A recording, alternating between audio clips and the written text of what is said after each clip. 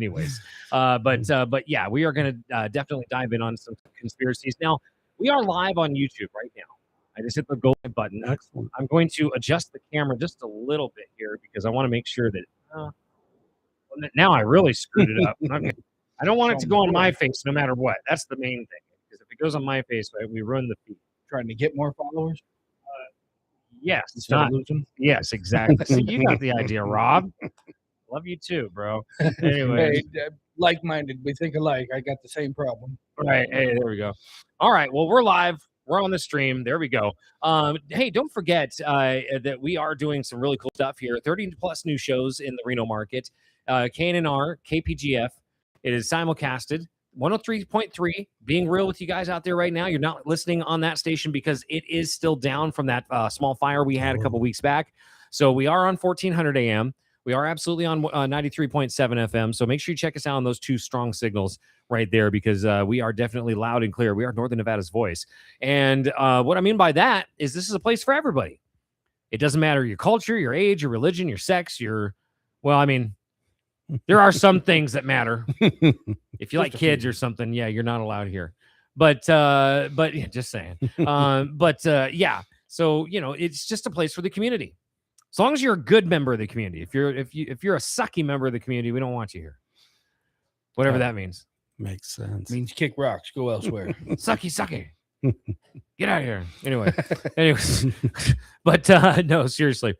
But if you get over right now to YouTube and check us out, you can see Chris's face and Rob the Rabbit Dog as well, who are filling in today kind of as guests because, man, I will tell you, I was thinking Grayson was going to be here too. But that's okay. It's not a big deal. He's actually starting a new job this week as well, orientation. Where's he? Well, never mind. Well, yeah, we don't want to point people that direction. You might have some haters. No, I'm joking. Who knows? He might even have kids. I don't know. Oh, Chris. All right. What are some of your favorite conspiracies? Well, and I have to be candid with you. We did talk about conspiracy theories, but somehow in my mind, the last thing I had was the fake history thing. So I kind of went down that rabbit hole, but guess what? They're not too far apart. Right. So they're not too far not apart at all. But I can jump in. I think one of the ones, and we have to be careful. I like pointing that out to everybody. Algorithms are so strong, Right. And it's like, and you get on one thing on one platform, and the next thing you know, your other platforms, you're getting blasted. So, but even prior to this big algorithm thing, I think the one that I can talk off the cuff about would happen to be the 9/11, the World Trade Centers, that bombing. That's the big one that where it hit me is there's a handful of years back and I wasn't doing well physically. So I was staying up and I was on the YouTube a lot, right? YouTube. And what I realized is if you watch one thing about something, anything, mainly conspiracy theories, and you go tell somebody, you're going to sound like a flipping nut, right? If you watch a number of them and do some other research, that fills in the gaps. And that's essentially what I did is I watched a number of them and it really filled in the gaps. And now that was like 5 to 7 years ago. And now I'm seeing that stuff come out, like it's all true. Mm-hmm. Well, and so there's a lot of conflicting information of the official narrative. That's what bothers me for sure. Yeah. Have you heard on this topic? I recently heard about a documentary titled The Woman Who Wasn't There. It was all about some woman who supposedly survived. She was on like the 43rd floor of one of the towers. Her boyfriend supposedly died in one of the other ones. And long story short, turns out she was lying the whole time and just went off and hid in Italy or something like that. And so many people believed her. She had a big following, but turned out she was full of crap. Yeah. And that's the troubling thing, that there's people that come out, and whether it's for money or fame or whatever, and they can kind of steal the show, but it eventually catches up with them. So I haven't heard that one. No, I haven't heard that one. What I did see recently that was rather troubling on a social media platform, and I'm at the point where, is it a deep fake or I don't know what's real anymore. It was a shorter, a very quick clip, and it had President Trump in the Oval Office sitting at the desk, and he's smirking, and he says, there's a bunch of guys behind him. There's like 4 or 5 people, one of which is Howard Lutnick. Mhm. And he's like, "Oh yeah, Howard, he's really lucky he wasn't in the building that day." And he's kind of laughing, and Howard starts laughing, and he's just like, "Ugh," and he's like, "Yeah, his wife wanted him to take the kids or the son to school. Otherwise, he would have been in the building." And Howard Letnick had an investment firm, and a number of his staff died. And it's just kind of weird, it's the one day the guy, and that's where I can kind of fill in on, elements of the 9/11 conspiracy theory. Silverstein, he was reportedly in the building every day and would have breakfast. And that's how he started off his day. But magically, he wasn't there that day. Yeah. And well, the other thing that's really fishy to me about 9/11 for sure is the building number 7. That's the strongest one in terms of, and what I try to do is I like real facts, right? I mean, because like you said, you can hear, stories and telephone, and pretty soon, that woman was the one who did it, but that, I mean, there's clips, it's still out there, I believe, of CNN or one of the major networks, BBC. She's reporting it's down, and you can see it fall behind her, and you're like, what the heck? Right. What the heck? And it falls like a building being demolished. Oh yeah. The free fall speed, and it falls in its footprint. So that's, well, I forget what building it was too, but they got that CCTV footage from the gas station where you can't see nothing of size come and hit there. So what you're referring to, and that was one, I mean, this is several years back, over 5 to 7 years back, started watching a bunch of them. And that image was of the Pentagon. Okay. And it showed just a real quick streak, and then it hits the building. And the story around it, even back then and today, is the government went around and they collected all the CCTV footage from all the local businesses. And so that's troubling. Why would they do that? Why wouldn't there be more information out there like that? That's too much truth. That's troubling to me. It does like it might be, but it's not. It's 420, ladies and gentlemen. So it's time for the 420 roll call here. On that note, thank you to everybody who's been joining in and growing it each and every week here on the station. If you would like to have your business or name dropped on the air, it's free. Just got to text in, go to facebook.com/BiggsBlunt and drop your name on the 420 roll call, which is there. Troy Regas, Clint Chronic Davidson, Veronica Cortez, Mox Lee, Zach Howells, Dialect Media Group. Hey, even me being blunt with J.Biggs. What up? Monica, what's going on? Dizzy Don, Leo, Pearl, Barry, Oscar, Ricky, Matt's checking in. Drunken producer Matt. What up, man? Cheryl from Yellow Cab. Jocko's checking in. Also, Scott and Ryan. Man, we've got a long list here of folks that are checking in today. Coming. Yeah, absolutely. Keep them coming. And let's see if I have any more on the I think I actually do. I just didn't check my messages on there. I have to go everywhere and make sure, okay? Also, Michaela Villa from Nevada Firearms Academy. Yes. Ronnie ECV DeRibas. Montgomery Leather's checking in. William Robert Montgomery of Montgomery Leather. Oswald Intox of Intoxicated Pedestrians. Daniel Newman of The Reach. And Julia's checking in as well. Julia, okay. There we go. That's it. All right. Well, thank you for being part of that 420 roll call. We do it each and every Monday through Friday here at 420 on the show, and it's growing. It's getting bigger. Yeah. Excellent. It's like the show's got a blue pill in it. Yeah. Nice. Getting stronger and lasting longer. Right. It's getting stronger and lasting longer. Oh my gosh. Okay. Well, back to conspiracies. 9/11 is what we were talking about there. I Ah, think that one's like one of the, I feel like there's a bunch of friends that I used to make fun of for being conspiracists, and that was mhm. like the one they were all on, right? Because it was just the most obvious one after a while. Like, if you really start diving. But I Yeah, was asleep. Mhm. Now I'm awake. yeah. I'm not woke. Hell no.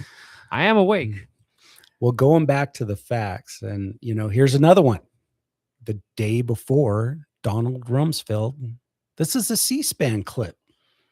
He's reporting to Congress. There's $2.3 trillion missing from the budget. We don't know where it went. What happened to that? Well, where was the follow up on that? Scrubbed. Nothing. And where did the plane or whatever the surface to air missile, whatever you want to call it, where did it hit the Pentagon? The budget office. Oh, you're kidding me. I did No, not know I that. am not. I am not. And they showed it's amazing, the guys who supposedly did the hijacking, whoever was I don't remember details sometimes. And the pilot of that plane, they showed an actual flight path if it Mhm. was really done, and the person would have to be an amazing pilot Right. Yeah. and do this, not corkscrew, but just crazy, Hard banking. hard banking and real low to the ground. Mhm. And then I've seen that like flight path, and then they show like the light standards, for the street lights, and they would have missed that. Okay. And then you see like a plane at an airport, and it hits something. It's mass destruction on the plane. So it's Mhm. like it just doesn't add up when you look at those little details. Oh, yeah. And to me, it gets stronger the more you add into it. It just gets so Some of those strong. beams that were cut at such a precise angle and such. Within the Trade Center itself, Yeah. yes. I've yes. seen a lot of weird videos about CGI, even. And I hate to even say that because it's like, you get into a really weird space there where Yeah, it did happen. It Yeah. obviously happened, but yeah. I mean, I found myself making theories up too within the conspiracy theory, especially with the CGI. And it's like, okay, that's kind of like too strong, like maybe too far out there. Somebody has a massive projection. but is it? I, Well, no, well, but here's I'm the just saying it could be. I'm just saying. So that's where my mind goes, is like CG. I don't. And then I go, those probably were planes. Now think about this, guys. How long have they had drone technology? Longer than they're telling us. Oh God, yes. Back to the 50s. And Yeah, I so bet you 60s, 70s they who's had to it. say that that wasn't a plane from the military or retired, and it was filled with fuel? Right? Yeah. There could have been people. I don't want to you get into the Could have debate been of, right next to Palestine where it came from. Yeah. I have no clue. I don't, but you get into the debate of, well, there are people and people know people who were killed. Maybe those people were on the plane, but their luggage was not packed. It was nothing but fuel. it's like, to me, I will say I don't this. Yeah, well, hey, there's a lot of that with the St. Hook thing, right? There's a lot of Mhm. that with the Challenger explosion. I've seen those recently. Yeah. I've only recently started hearing about that one. Oh, really? Yeah. Yeah. Oh, Yeah. dude, there's pictures of these people Yeah. Oh, Like, I did see as that. professors. Yeah. They're like same exact name, same. They look the It's same. in plain sight. Well, here's the thing I want to propose is the question of this, right? Let's just say that 9/11 was an explosion that was set within the building itself, Mhm. right? And that let's just say that there was no plane that actually hit it. All right. How many people have we actually ever met that actually watched the planes hit it in person? Now we've seen videos of it. Yeah. We've seen videos of it. Yeah. Not many. Mhm. They're just now releasing some angles still. Yeah. I've seen that recently. Yeah. Well, kind of touching on your angle there is I've heard there were potential explosives in like the basement sublevels or something like that, Mhm. and that's what caused that structural damage. But if I'm not mistaken, I forget what year, didn't they actually do that? Yeah, they Drive did. a They van was. down in there with bombs? There was actually a terrorist attack, an attempt. and it didn't even do that much damage. Like, Yeah, a couple of pillars. Now, you remember how I said you watch a number of them, and I think there's new shorts or new videos out now that kind of puts them together. But back when I started down that rabbit hole, I watched a number of them, and here's what I understand. I want to lay this out real quickly. So before Silverstein bought the lease of the World Trade Center towers, the occupancy rate of that thing was like 40, it was less than 50%. Yeah, I'd All heard right, about so that. you have a big building and they probably put out bonds and whatnot. It's not paying for itself. It's not paying back people. So that's the first thing. So next, you hear about asbestos abatement, that they had to do asbestos abatement, and the cost to do that would have been more than the buildings. Then Silverstein purchases, and I might be out a little sync here, but he got the lease. He was down there, every day but that day. I don't know. I've heard some other things, like there's a third Bush brother, and he's in charge of he was in charge of the security of that building, that part of the Port Authority. I didn't look at that piece. Now going back a week or two prior, did you know that New York actually conducted like an emergency disaster exercise? I heard something about that. Yeah. Well, that sounds like the Las Vegas shooting, man. Every FBI agent in town was in the United States was there, other than necessary employees. Oh boy, for the 2 weeks prior to that. That's a dicey one. As I think about it, as you brought it up, some sort of emergency exercise, like shortly before there, that was dismissed because it was too unrealistic. Yep. We're not going to exercise. We're not going to practice that. Exactly. So, and I mean, so that's kind of the setting of this whole thing. And then you have Rumsfeld on the day before announcing 2.3 trillion missing dollars, from the budget. It's like, okay. Then we have the attack. And recently you might hear these on different platforms. They sure did identify who did it pretty quickly. And the one that really bothers me, all that rubble, right? Pretty much everything was like dust. But they found one passport.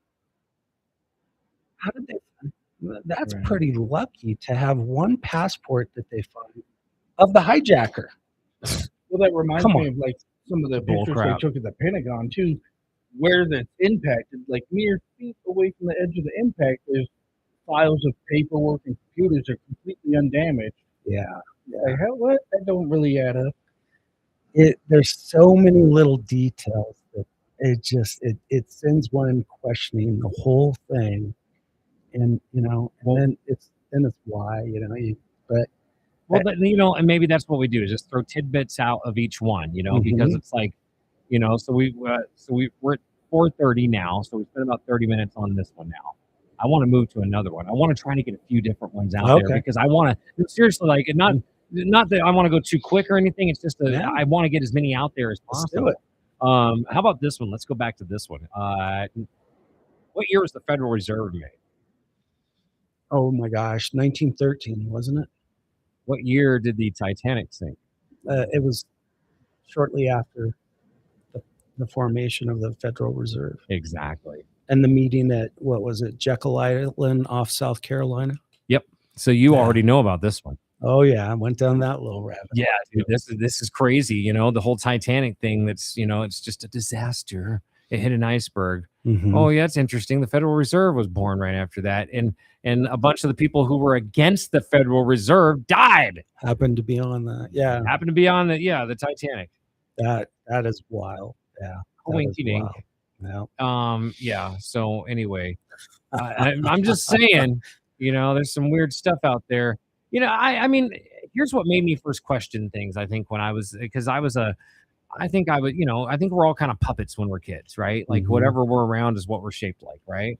And my parents were, in and out of church quite a bit. And not that I think it's puppetish to be a Christian or anything like that, but like I was kind of a puppet Christian at that age because I really didn't know anything. I'm just I'm just told what I'm told, and that's what I believe, right? But I always would be like, my preacher would say after sermon, usually like, "Hey, if you guys have any questions, feel free to just come up and talk to me."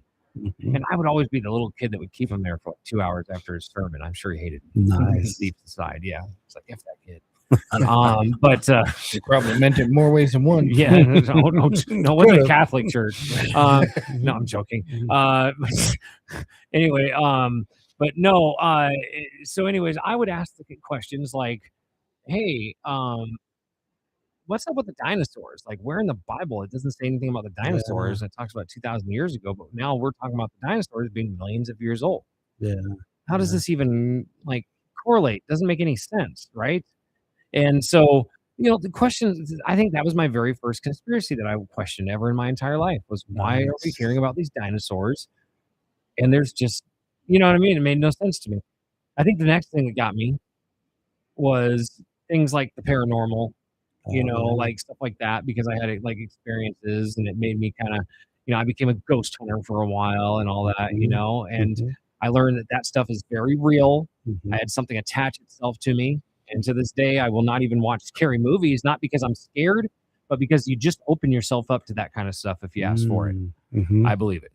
But then after that, the very next thing that made me go, "Oh wow, something's wrong," was the Route 91 harvest shooting in Oh, Vegas. yeah. That Yeah. to me, I knew something was up because I guaranteeingly will tell you that my ex-wife woke me up at like 11 o'clock at night or whatever, when all this went down. And I remember she shook me up. She said, "James, there's been a horrible shooting in Las Vegas. There's a bunch of people dead." Mhm. Really? Okay. So we got on our phones together, and I remember being on Facebook and YouTube, and there being people who were live at the concert, Live live stream. streaming it, right? The next day, those streams were gone. Scrub. Yeah, completely scrubbed. Mhm. You could not find them anywhere. And the one that bothered me was there was a guy who was going around that said, "Hey, I'm a paramedic." And he was like in selfie mode the whole time. And he's like, "Yeah, I'm a paramedic and I'm here at the Route 91 Harvest Festival shooting. And we appear to have just had a shooting, but I'm going around to like all these victims and I'm touching them and nobody has any gunshot wounds. I can't find any holes. They appear to not be alive, but I can't find any entry or exit wounds. I can't find any, And so he was going up to people with his phone like, "Hey, are you okay?" That's I didn't know that. Yeah, Oh yeah, I that- watched that. I watched that happen. That's weird because the stuff I've seen on it, it's more traditional story or narrative. Stephen Paddock, had that. He was a compulsive gambler, and the week before he snuck in, and they showed a couple of images when he's going through the lobby. You know, I'm not sure why they weren't too suspicious of these larger than suitcase things, but like he cracked off how many thousands of rounds? He's a high And it's roller. like, I don't know. I don't believe that, dude. Here's my thing. I know that unless I don't care how many times you wrap that gun barrel in wet cloth or whatever you do, Mhm. right? Mhm. And how far you stand back in that damn room, there's at least going to be one video of gunshot, some muzzle fire or something, right? You're going to see it. Go ahead. But I'm just saying there was nothing. There was not one. Yeah. In fact, there's not even a video of the room on the 32nd floor, which is now the 57th, by the way. There's I've actually been there. I went up there to the room. Yeah. Yeah. So there is no videos of or pictures of that room having a window out, which it did in the morning before 1 o'clock in the morning. Right. Now, similar to you, James, I was on shortly after on like YouTube and whatnot, and there were all kinds of like private video, not private, just citizen videos, and this lady driving around a taxi cab. Oh yeah, that one was really And that was bizarre. And I thought there was muzzle fire from it was either a different building or it was lower down on the men's wing. Maybe there was muzzle fire, but there definitely wasn't any from that 32nd floor. Not from his. No, yeah. Right. I can't remember the details, but it was not the source they claimed it to be. You ever see the breach? I watched the videos. There's I'm gonna have to find it here. And in all honesty, I'll tell you, Let me see here. Are you talking about when they breached his room? Yeah, but there's an actual. I want to make sure that I go over and find the actual name of this because I'm subscribed to it, and Las Vegas Shooting Archive. That's what it is. It's at Las Vegas Shooting Archive on YouTube, and it has all the police body cameras on it. Like everything's on it, so you can go to all of them. But when they breach the room, they very clearly say there's no broken windows. They clearly say that. Now, I'm curious to know what either of you think, though, on what was behind the official narrative. There was a lot, man. I mean, apparently the King Ben Al Salam or what I don't whatever his last name is. A Saudi prince. Yes, some dude was here in town, or not here, but in Vegas, right? In Nevada. Yeah, and he was in. So a lot of people don't know when you look at the structure of Mandalay Bay Casino, there is a top section that looks different than the rest of the casino. About the top, I think it's 9 floors. That's actually called the Four Seasons Hotel. That is not the Mandalay Bay. Okay. So that is separately owned, half by Bill Gates and half by that bin Salman or whatever is. Yeah. So anyway, so so they knew he was in town, right? I have a feeling, I don't know. Because again, like I said earlier, they were doing FBI exercises in Las Vegas. Yeah. That's same. For the 2 weeks leading up to this. Mm-hmm. They were doing the exercises. So it just happens all these agents are in town, right? Another video that blew my mind there was the staging of ambulances at the Hooters Casino. Oh, I didn't see that. There's kids. Yeah, there's these kids that are filming from, I think it's the MGM Grand looking towards Hooters, which is the backside of it would be the shooting. Yeah. And all the ambulances are staged at Hooters. They're all staged. That's and there's videos of people walking through there at Hooters. Yeah. And there's like cloths over people. And you see one person like pull it down real quick and put it right back up. Wow. So all these things, if you really deep dive, you find all this stuff, right? But to me, anyways, I think that it was like a training exercise. And what I mean by that is, what's the wildest town in America that if you wanted to lock it down, what's the wildest town? It was probably Vegas. You know, like it could have been a test. Well, this is what I'm trying to say is I think it was like, I think that maybe Stephen Paddock was a gun runner. Okay. Maybe. Right? You know, maybe he had something going on where he was selling guns to people, something like that. I don't know who or what he was doing, right? Yeah. But he was definitely a patsy to me. So I think that they attached a real event to a training exercise. Yeah. That's my own personal opinion. Okay. So I think the FBI got in were people killed and all that? Yeah, absolutely. I think things happened. It's still weird. You can't get in corner reports. It's still weird that everybody's phone was taken and erased, much like the Charlie Kirk shooting. All those students, before they were allowed to leave the campus, their phones were wiped. Yeah. Otherwise, do you know how many shooting videos there were of Charlie Kirk getting shot, dude? Just look at the video of him getting shot and how many kids had their phone out right in front of him as this happened. So there's all angles of this thing. And that's I'm not sure about that shooting, but with Charlie Kirk, as well as going back to 9/11, how quickly they cleaned it up. What typically happens to a crime scene? Mm-hmm. Oh, yeah. It's roped off, and they do an investigation. Why was there not? I mean, what I've heard is they paved over where Charlie Kirk was killed. Just paved it over. Well, they actually took out 10 inches of earth. Oh, where he was. So they took out 10 inches. This is what I just listened to a video the other day about this. So it was 10 inches of soil was taken out. They put pavers in, and that was by Sunday. Well, that's pretty quick for a crime scene. I mean, the typical protocol is you do an investigation. I mean, if you remember back to 9/11, how quickly did they have the dump trucks coming in and they were loading that steel debris up and it was going on the ship, and then that's some pretty quick coordination, and it was going off seas to get melted down. I wonder where all that stuff is now. Who knows? It's bizarre. And I don't know about the Harvest Festival, though. It seemed like they had kind of a crime scene. I can't remember. I didn't follow that much. that one really set me off to where I literally went to Las Vegas on a trip because I wanted to go to the Krebs. Okay. And I wanted to go up to the 32nd floor of Mandalay Bay. And damn it, I have pictures of me doing all that. Dude, and so one of the things for sure I have videos of, I could show you off air or whatever. As I approached the festival grounds for Route 91, there were still the tarps up from the shooting, from when the shooting happened, and there's bullet holes all in the tarp. But the problem with the bullet holes were all the bullet holes were shooting outwards, not inwards.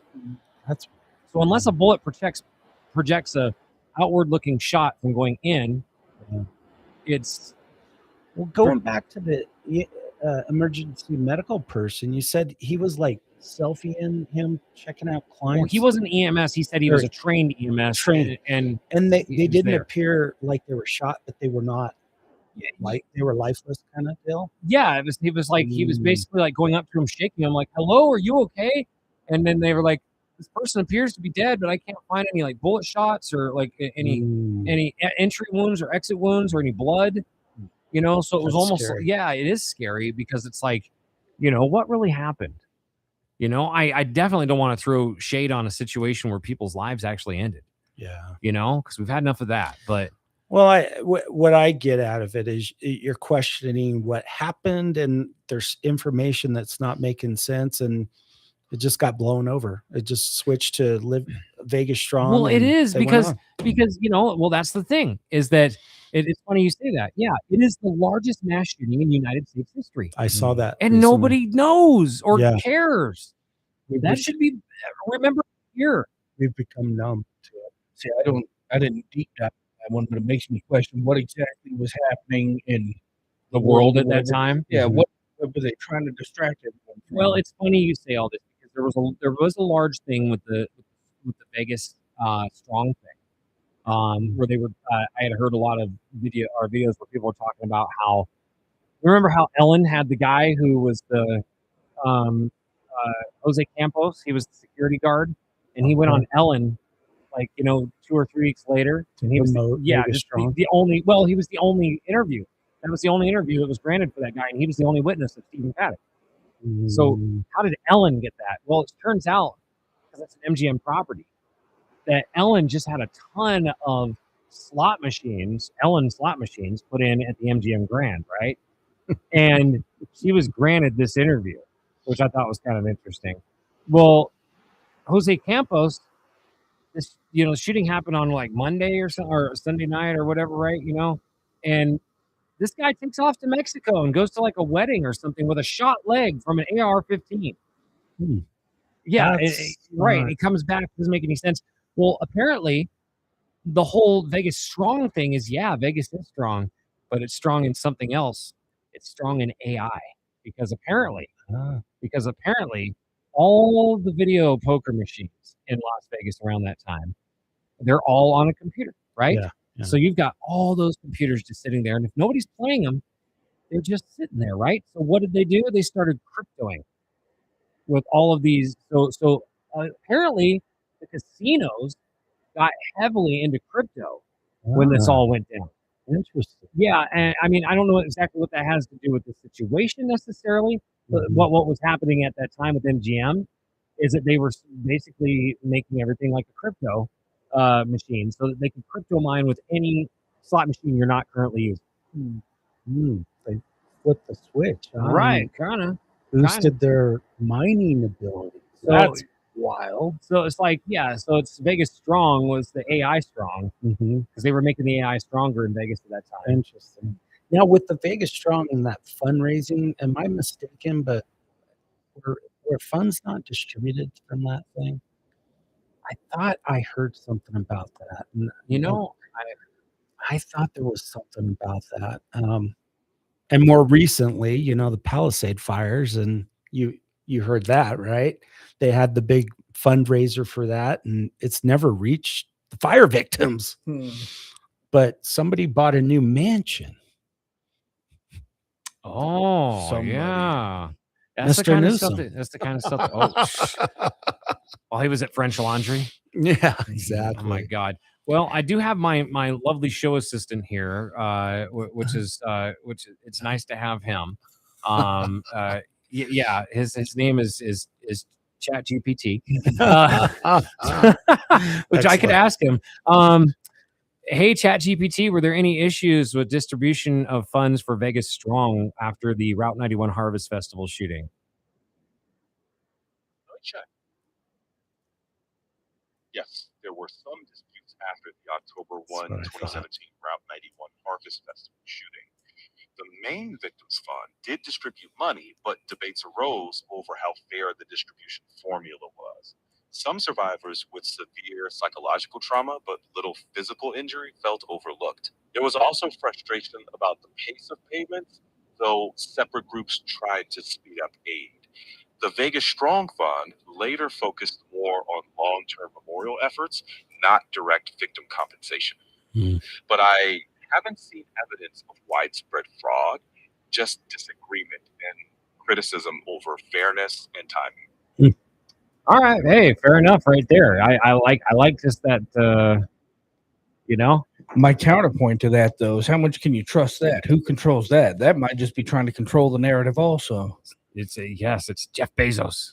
No, Well- I'm kidding. I don't know. I Well, have no clue. The large language models take what's out there and on the internet and just compile it, and from the theme, that's what it reports out.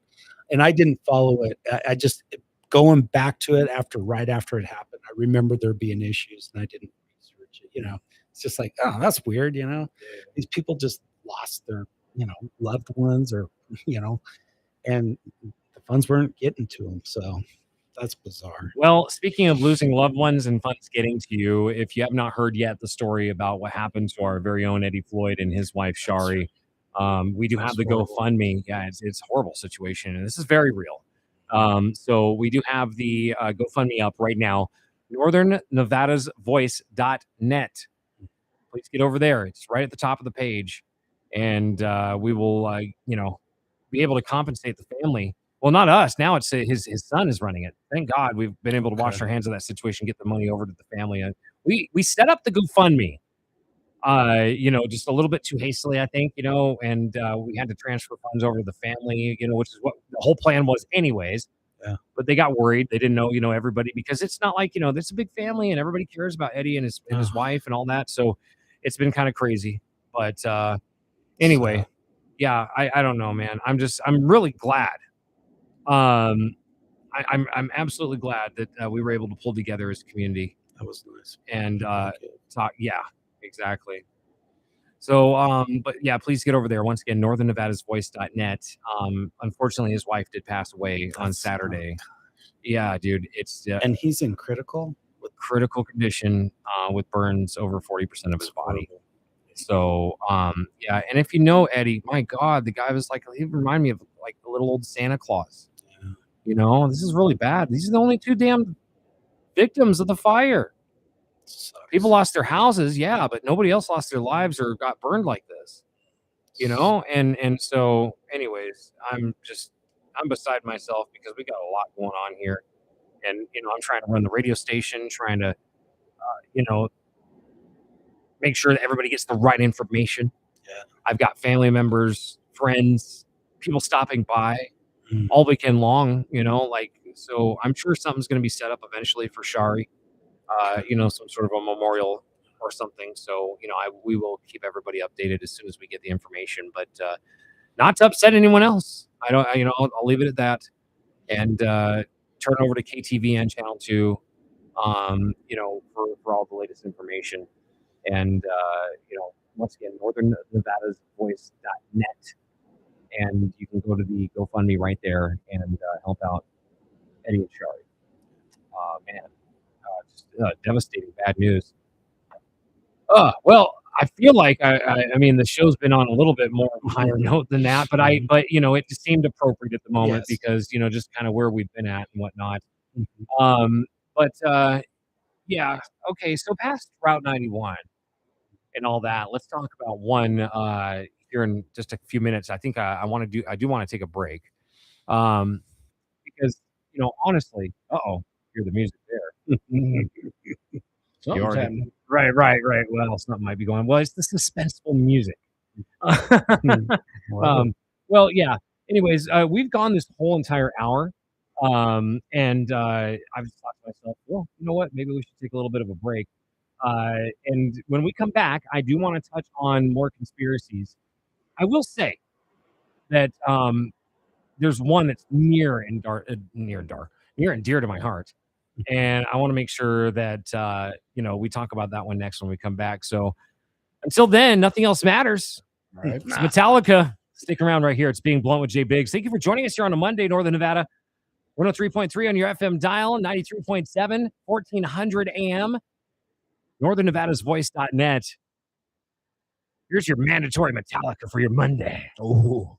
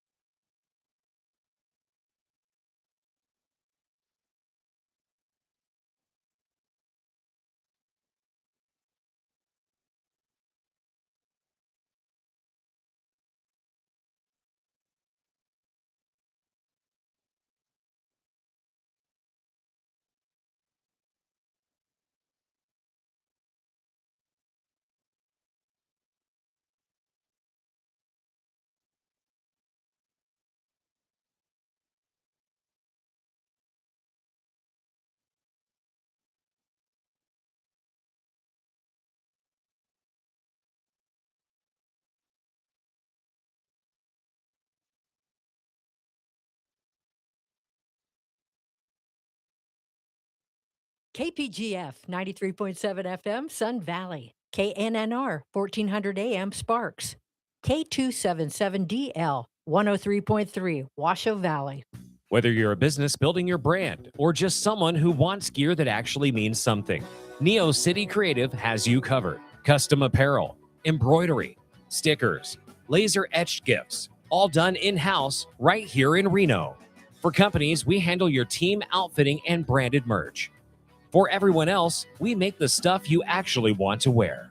No minimums, fast turnaround, real people behind every order. Find us at neocitycreative.com and follow us on Instagram and Facebook. Neo City Creative, your brand, your style. Well, listen up, Reno. When your name's on the line, you want it done right. Sign and design shop, we'll make it shine bright. 'Cause your image, darling, it ain't just a kiss, it's a direct reflection of your business.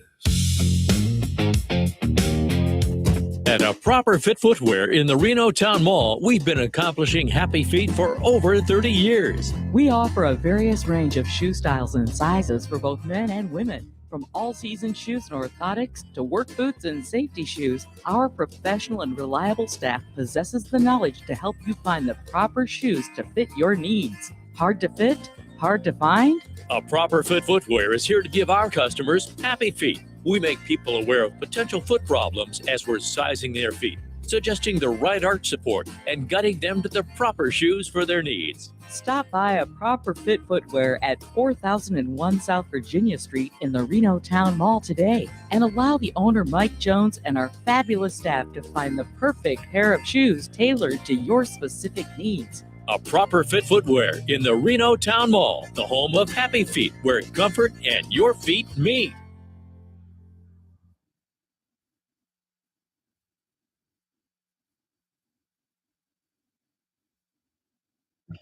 All right, we're back here on Being Blunt with J.Biggs, live on the air, 93.7 on your FM dial, 1400 AM. And we are also broadcasting as soon as it's back up on 103.3 FM. Thank you for joining us here. And let me get my mic adjusted. There we go. We are live at the Reno Town Mall, 4001 South Virginia. And that is right across the street from the Atlantis Casino. If you've never seen us here, well, you've probably never been unemployed or have bad feet, because we're right in the middle between all that, but with a lot better feet and income. Anyways, we're like a good orthopedic shoe between those. Here we go, folks. Speaking of orthopedic shoes, you just heard the commercial for none other than A Proper Fit, and that's a really nice place. If you've ever been over there and checked out the selection that Mike Jones and Anna Lee have and their family, well, they are doing some super huge sales right now. In fact, they have shoes over there as cheap as $50, orthopedic shoes. And I will say there's two things as I've become older, maybe three, that I've learned. One of them being, you don't know if it's a fart or a crap. The second one, you sleep on your mattress every night and it makes your day better or worse. And the third is you walk in your shoes every day and it makes your life better or worse. So if there's two things, damn it, you can spend money on, it's shoes and your mattress. Maybe some fiber from the sound of it. Well, yeah, well, no, maybe no fiber's the problem. Probably. Wouldn't that dense and stuff about it? I don't know. Well, yeah, I guess you're right. You concur with me, Chris? Or is there anything I'm missing? The shoes are important. Good fitting shoes, we're on our feet a lot, and have fit shoes, and somebody who gives you the time, that's important. So Right, and that's quality. it's old school as it gets. You walk in, you like literally have a personalized person there with you who goes shoe to shoe and tells you what will help your feet move along. They personalize everything. Yeah, that's nice. So you're right about that whole personal experience at Proper Fit. Anyways, but yeah, there's all that. Let's get back into conspiracies, man. My God, we've had some great conversation here today already, and we're not even close to being done. So, anyways, let's talk about really quick. One of my favorite ones, Tartaria. And yeah, anyways, so Tartaria, if people didn't know, it's kind of the like the old world way of building things, and it's almost like there was a lost civilization. Maybe Yeah. even people were bigger or something. I don't know. Mhm. But if you look at these buildings that are around, there's a guy, I forget his name. He goes, "Make it make sense," you know, and he goes around to all these like the federal post office in Philadelphia, and it's Mhm. got like gargoyles and snakes and like Roman Catholic gods on it and stuff. And it's just like, what? Why? When did all this stuff end? Why have we gone downhill as a society in our way of building? We're not even able to duplicate some of this stuff. Right? Yeah, that's what trips me out. Is some stuff that's supposedly built so long ago that we couldn't even do today. How does that make any sense? That makes about as much sense as losing technology to go to the moon. Oh, that's stepping in. Dude. So yeah, with the technology, you would think it would get better. There is the capitalism argument. They've just gotten cheaper and throw things up. Related to that, the Tartarian Empire and whatnot, the World's Fair seems to be tied into that. And the Extremely. World Fairs that they used to have, those things you would see pictures of them, and then they're gone, and it's just bizarre. Well, there's the That- Palace of Fine Arts in San Francisco, and right in front of it, I don't know if you've ever been there or not, is like some pillars. There's like a little like statue type thing. That is the only piece of the 1901 World's Fair or whatever that happened there in San Francisco. It's the only piece left. That's wild. And when you look at the pictures of what they had going on there, it's just the most amazing looking. Like they had like gondola boat rides in the middle of a lake, Yeah, that's pretty intense. you know, that just cleared out in 6 months. You know, the biggest one to me is the White City in Chicago. Yes. At one point, a lot of people don't know this. In fact, I hate to keep turning to our good friend ChatGPT, but it's going to tell you. I just don't want to be off on the facts, right? So, ChatGPT, welcome to Being Blunt with J.Biggs. He's like, I'm not listening. He's like, I'm not doing this. Oh, I forgot to hit my You can't quote me. button. ChatGPT, welcome to Being Blunt with J.Biggs. You're live on the air. Live and ready, Jay. What's the vibe today? What's on your mind? Well, we're talking about Tartaria, and we're talking about the World's Fair in Chicago. And I'm trying to explain to people live on the air about the size of the buildings that they had and how quickly they got built, and also how quickly they got torn down, and how many people actually went to this thing at a time when there was no automobiles. So I'm just kind of, trying to explain this. Can you talk about the World's Fair real quick so people understand about it? Looking it up. Okay. For the 1893 World Columbian Exposition in Chicago, we're talking about roughly 200 major buildings built incredibly fast, mostly within about 2 years. These massive white city structures were mostly plaster over wood frames, so they weren't meant to last. The fair drew over 27 million visitors. Remarkable. Even train was the main way people traveled. Most buildings were torn down afterward, except a few built with more permanent materials. Historians point to careful planning and industrial methods, not secret technologies. It's still a fascinating piece of American history, though. Right. Can you explain? Wasn't the largest indoor arena at one time there? Didn't it hold like 300,000 or 400,000 people? Let me check that.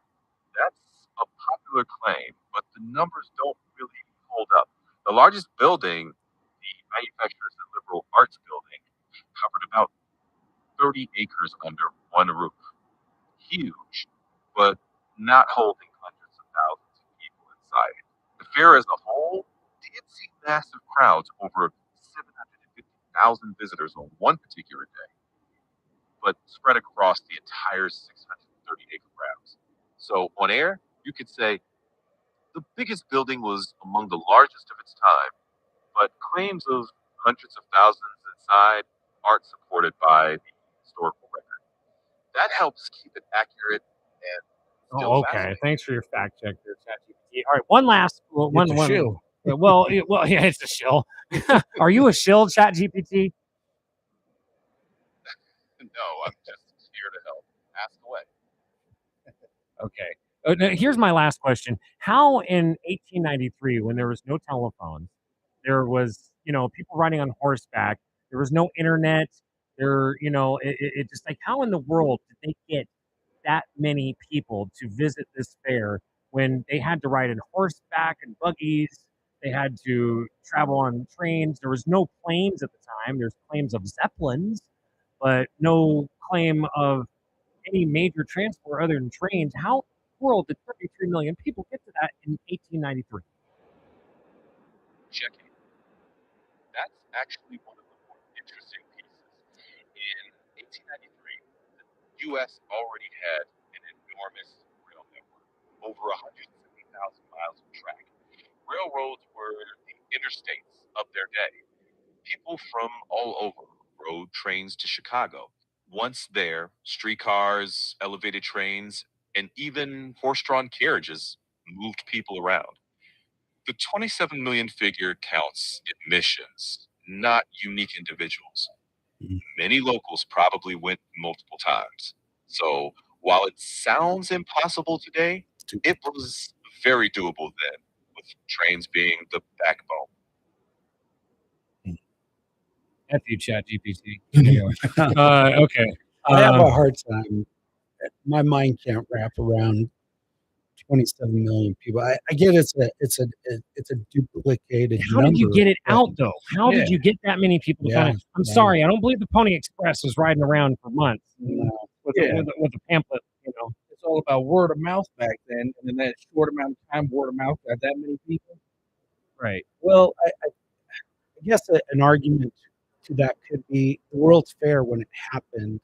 I mean, everybody would know about a World's Fair once a year or whatever the interval was. And so Let's maybe plan a big vacation. But how did they? that's a lot of people. 750,000 in one day, let's say. So to me, that makes me think, like, where did all these people stay too? Did we have a hotel economy there that was unreal? And you gotta imagine everyone on riding trains in, they'd be overpacked, looking Yeah. like Chinese trains today. Look like Yeah. Indian trains. Indian trains, yeah. That's a good question. What was the population of Chicago at that point in time? Oh, That you ain't know what what? it is now. Well, I guess we could probably find that Yeah. out as long as ChatGPT's not mad at me. All right. ChatGPT, what was the population of Chicago in 1893? In 1893, Chicago had about 1.4 million people. So we saw way more admissions than the city's entire population. But most were visits over 6 months. Well, no, but you said there were 750,000 people in one day that visited. I'm just trying to figure out, did they like live in concentration camps or something? Where were they staying? Was there that much of a bustling hotel economy back in 1893 that we could house that many people, even with 1 million folks living there? That can't account for 1 million homes. There had to be like maybe 4 people for each home because people were having babies, right? So maybe there was 250,000 houses. Where did 750,000 people stay in one night? That's a good question. Not all of those 750,000 stayed overnight. Many were day trippers who came in by train. And Chicago did have a big hotel stock for the time, plus boarding houses and nearby towns connected by rail. It was still a huge logistical feat, but not 750,000 beds to fill inside the city all at once. Well, yeah, there's that. It just, what we know about the past, those days, and hearing that number, it's hard to imagine that actually taking place. What if all the Chicagoans just like everybody went to the Chicago's fair? You know what I'm saying? Right. Well, when Maybe- did the Wild Wild West end? Because I thought that was happening in like 1880. So I'm saying, like, no, seriously, like, were people building the White City east of the Rockies, but west of the Rockies, we just had a bunch of Indians and cowboys shooting each other with bows and arrows? Like, I'm serious. Yeah. Like, like I don't Yeah. understand what was going on there. Well, isn't that right around the same time the whole Tombstone story happened? Well, right. Yes, that's what I'm trying to say. Is So that essentially, yeah. Well, the last person hanged was in the United States was in Nevada. Did you know that? He's in Nevada for cattle wrestling. On the way Really? to Fallon, you pass through Hazen, and there's I don't know. I think the He tree's just still pulled out there. over the buggy and gave it the cow a suplex. Well, no, I mean, I don't know. Somebody was stealing cattle, and so they. Oh, wrestling, not wrestling. Oh, yeah, Oh, yeah, okay. yeah. That's Oh. stealing. So it was like 19 something. 19. Right. Well, that's what I'm trying to say. Yeah, things were. Yeah, For more it's on still that, the happening. NAACP will be in here tonight at 8 o'clock. They keep us updated on the statistics with those. But yeah, crazy stuff. I cannot Yeah. believe that. Well, and I can kind of get it where they talk about plaster and the pictures look impressive. So maybe there were a lot of those buildings that were facades. It's hard to imagine. And I've seen multiple, not just Chicago, but the different ones, and it just looks incredible. They threw it up, and then they just took it down and just called it a day. It's weird. Yeah, it is a little bit weird. It's hard. So, Well, I don't know. I mean, it's not just that one. There's a bunch of them. There's one Yeah. in St. Louis too. yeah, St. Louis, there's the San Francisco, like I said. There's a bunch of other towns. Where was it? There was one that was really odd, and I was just like, what? Like it was something like Des Moines, Iowa, or Lincoln, Nebraska, or something But you start looking at these buildings, and it's like, what's going on with these things? And why have we gone so backwards in society? That's why I'm Yeah. like, I can't believe it. If some dude named Trey P puts out a rap album, it's going to be hard to get him to distribute 100,000 flyers to the whole Reno Sparks Metro, let alone you doing a World's Fair when there's no internet, no print shops, just chilling. Like it was, So like, how did that even happen? It's tough. It is. Yeah.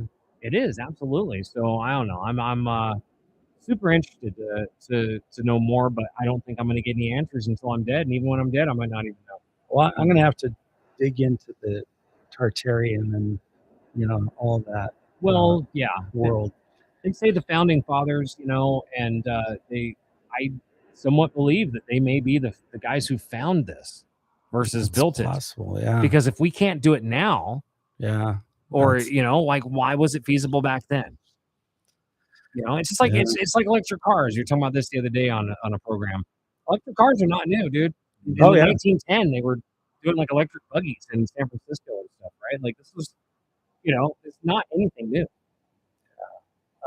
So, but people are like, well, and you hear a lot about the Rockefellers and their control of petroleum really shaped a lot of different things.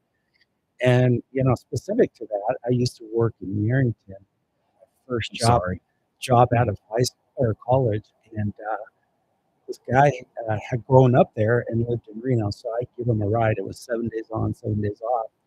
And as you drop into over that hill into Wellington, he's like, "Yeah, see this? When I was in high school, that farm over there, it was the guy who owned that. He developed a type of corn alcohol with his crops, and GM, well, one of the three, maybe it was GM, came in and said, "Oh, we're gonna, fund this, and Yerington, Wellington, that whole area was going to be an economic boom, and it still sits vacant."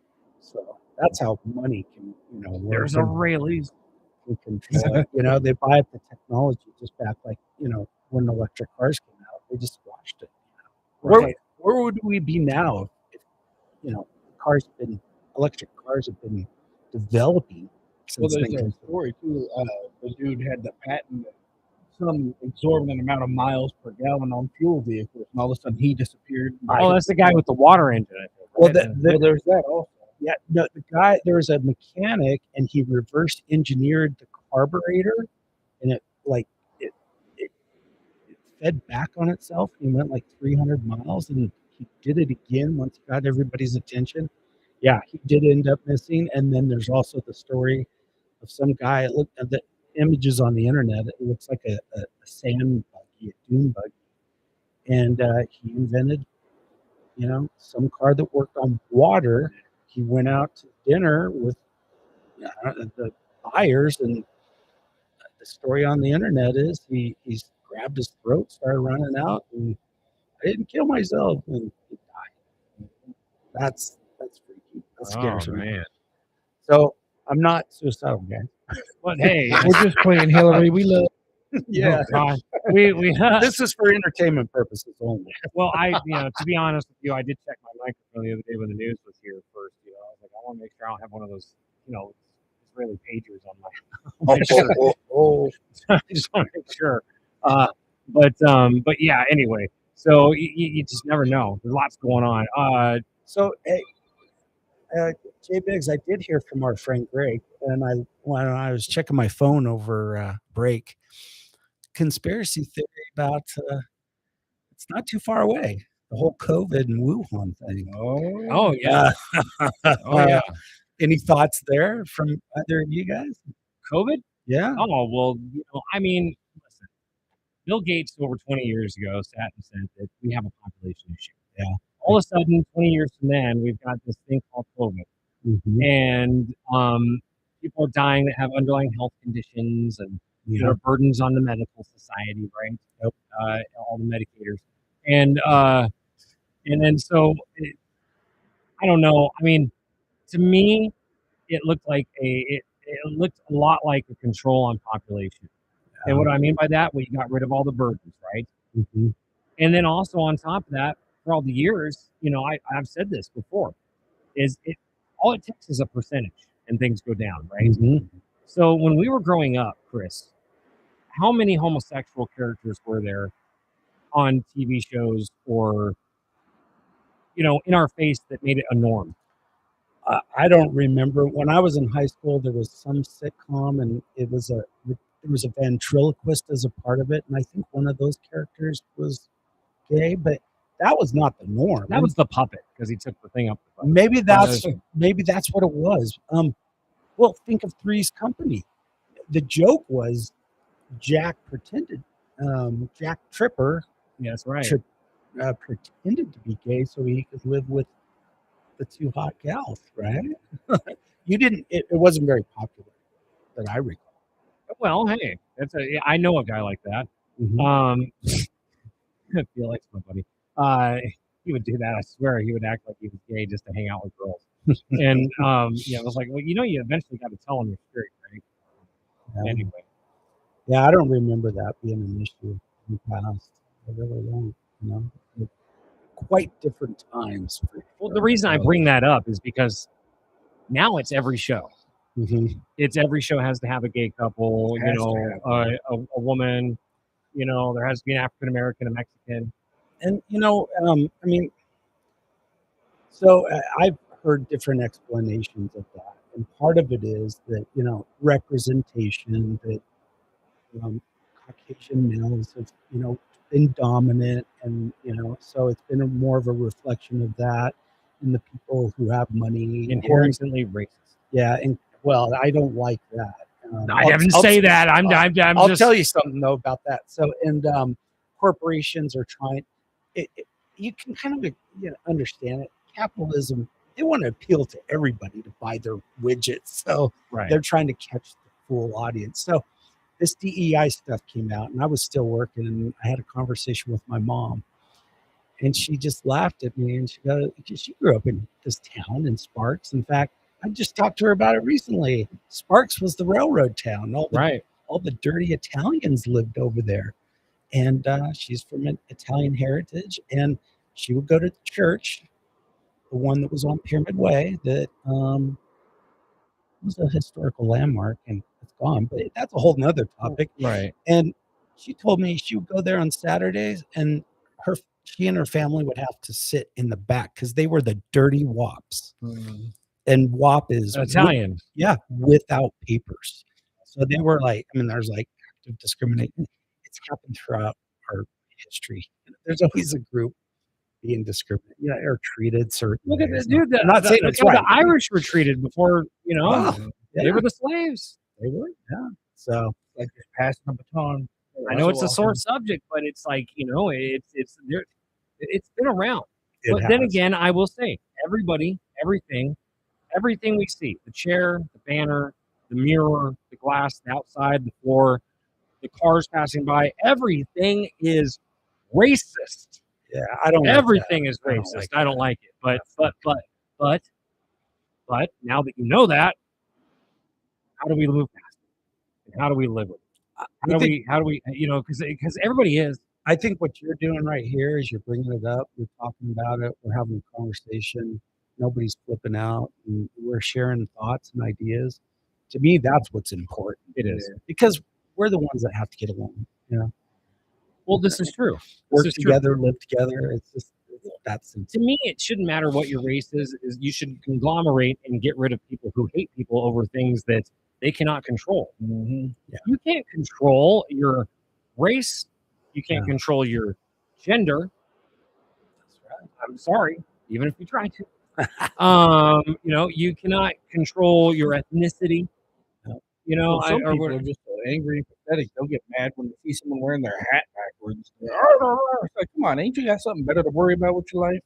Right. Like, it's like that's like white people cannot braid their hair either. Right. Like I heard that one. Cornrows. Cornrows or whatever. So don't go to Burning Man. I like the saying, and I've been trying to live it. It's MYOB, mind your own business. Hell yeah. And I've really been trying to practice that. Mine's been FTP. What's that one? F those people. I thought you were Just gonna do say what you're doing, definition. dude. Yeah. Do what you're doing. Just be F you. those people. Just be you. Yeah, just be you.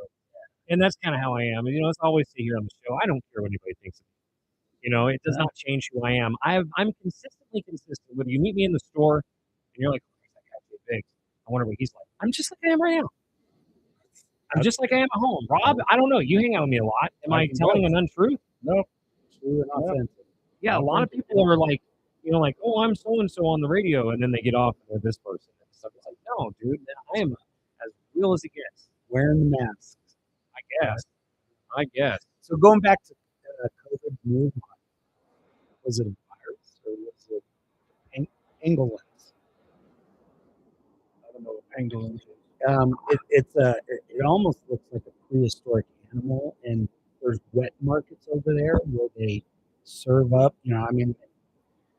Food's a scarcity over there, so people will go out into the forest and gather food. And then Penguins? Pangolins. Pangolins? That there's a theory that there was it was from a pangolin in a wet market, and that was eaten and consumed, and that got everybody sick. This is what looks like an armadillo. Yeah, it looks prehistoric. And I have a good friend, very well educated, high-ranking positions. We've been to China, so that kind of made him an authority. He's like, "Oh yeah, dude, it's a penguins." And now you're seeing all this stuff come out about there's labs over there that gain a function. And it's like, what? So I don't know, but I don't think we keep the penguins. I thought it was from a bat, is what somebody said. That's what I had always heard. Oh, maybe it was a bat, but I thought he said it was either, he referenced it. I just found pangolin porn. Oh no! Oh, it's anything. Miss me with that. I just hit you with it, actually. Wow. Show, thought I had better show friends than Chris what I'm talking about. It's not actual porn. Show him what I'm talking about. I just texted him. Oh, so on the text message. Open those up. Check So the picture. and bringing it up to current day, Fauci recently testified. How many times? Oh wow! It's a big ass cage. Pangolin. They're a prehistoric looking animal. Looks like an aardvark. Yeah. Kinda. So did either of you see Dr. Fauci testify? Yeah. How many times? Yeah, 120 something. Hold on, before we get too far off this Okay. the COVID thing, I did want to say that if you look up the World Military Games 2019, I think that will tell you everything you need to know about how that thing spread. Okay. Because in Wuhan, China, and you can once again look this up right now, in Wuhan, China, in late November, early December of 2019. They had the World Military Games in Wuhan. Oh, And wow. that means that like the top 12 something athletes from every military squad in the entire world was in Wuhan, China in late November, Oh, wow. early December. And then it hit all of a sudden in January, right?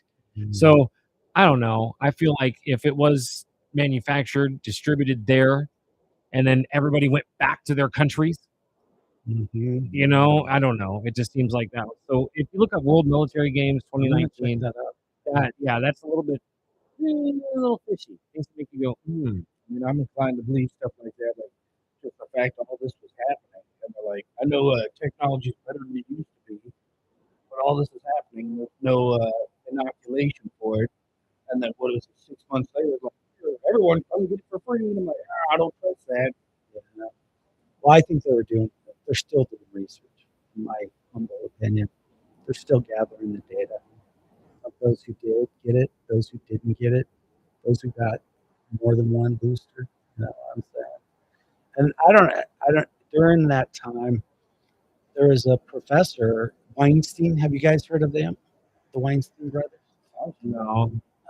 One of them has a podcast. In fact, he was at a Washington University, and he actually got like fired because I guess in the university system, there's a day that everybody just protests for African American, and he was just diehard. Like, I'm doing my class, I want to teach. So he held it at the park, and they fired him. He ended up getting a lawsuit, but he and his wife started a podcast. He had a bunch of stuff on there, and he's talking brainiac stuff about the MNRA research and just how it wasn't up to speed. And that's where I really started going like, wow, there's some other explanations out there in the world besides just the medical. Right. Right. Absolutely. And I just want to, with my little tinfoil hat brain, Big Pharma wants all that money. They're trying to get it all, and then this comes out for free. That just rubs me the wrong way. Ain't nothing for free. Right. Somebody paid for it. Yeah. What was Operation Warp Speed? I don't know. That's what was passed, and that fuel, or that was paid to the drug manufacturers. There was billions of dollars. In fact, I think that's one of the issues. The drug manufacturers had record profits. Mm-hmm. Yeah. It's easy to do the math there. What happened there? But what I meant by free is like everyone I Oh, know for that us. got it Yeah, didn't yeah, have to yeah. pay for it. Yeah. Well, I mean, it was government subsidized, but big pharmaceuticals. To me, it just makes the thing take Yeah. they're forcing it down your throat. Doesn't feel good. Otherwise, they'd be charging you for it. And some say it was a test to see what we would put up with. Right? And Yeah, I've just heard that accept. too. I personally know somebody who had the shot during that time, and she was then on leave from work for the next 6 months. And Side effects. yeah, and I've heard my friend's a medical doctor, and he was telling me about his friend who's a doctor. I guess it can, like, people who are likely to have Guillain-Barré syndrome, it like triggers that. There's a good associate. It's just like, oh my gosh, it's scary, and so I just worry, it could, trigger whatever you have as a weakness. It triggers it. And, Well, I'm thinking like 20, 30 years in the future, they'll be like, did you get the vaccination? You Oh, could yeah. be entitled to compensation. there'll be a law group out there that does it. Oh yeah, absolutely, exactly. That's what I was thinking about. With these COVID shots, that's exactly what's going to happen. 2050, you're sitting there just smoking and munching on some popcorn. And So if you got your COVID vaccination card, don't throw it away because it's gonna be they'll need it for verification. well, those things can be no good. I don't know. I was trans-vaxxed during the pandemic. I identified as vaxxed, but was not. So that was just so I could get into concerts and whatnot. But I think we all did that a little bit. But yeah, the pandemic or whatever we want to call it. I don't know, man. If Fauci doesn't face any jail time, it's going to make me really feel like, I don't know. 2-tier justice system. And just the whole thinking behind it. You would walk into a restaurant with a mask on, and then when you sat down to eat, you could take it off. Yeah. It's like, I see okay, people that cut the hole right in there so they'd wear their mask but still eat with the mask yeah, on. you're protected though. Well, I don't think any of those masks did jack anyway. You know what I'm No, saying? yeah, It's kind of dumb that so many people bought into that, in my opinion.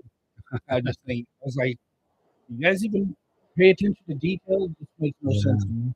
Well, Yeah. and certain people, they're out there working 8 hours a day with respiratory issues because you're recycling it. I mean, we were meant to breathe into a mask. We had to have something. And whether it was, The only thing a mask did for me is make me realize how bad my own breath was. yeah, God. I was like, I need a mint. He met his friend Hal. Halitosis. Yep, last name Otosis. Anyways, I don't. I will say, man, that is one of the worst halitosis, dude. I had a few people that have it. And it's just like, oh god, they're just unaware. I think because they've been living with it for so long, right?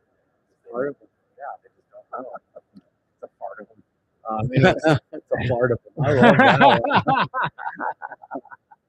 You got to be real, man. So that's good. Oh my god. Well, we should probably take another break. I mean, we've been going this whole hour so far, and I've just been messing around playing some music here on the show. And I got to tell you, thank you to everybody out there who's been joining us on Being Blunt with J.Biggs, as we are live from the Reno Town Mall each and every Monday through Friday from 4 until 6, and we do the 420 roll call each and every day as well. So just lots going on here on the station. If you did not know, tonight it is Urban Monday, so we do have coming in next. Luck Pita was stamped.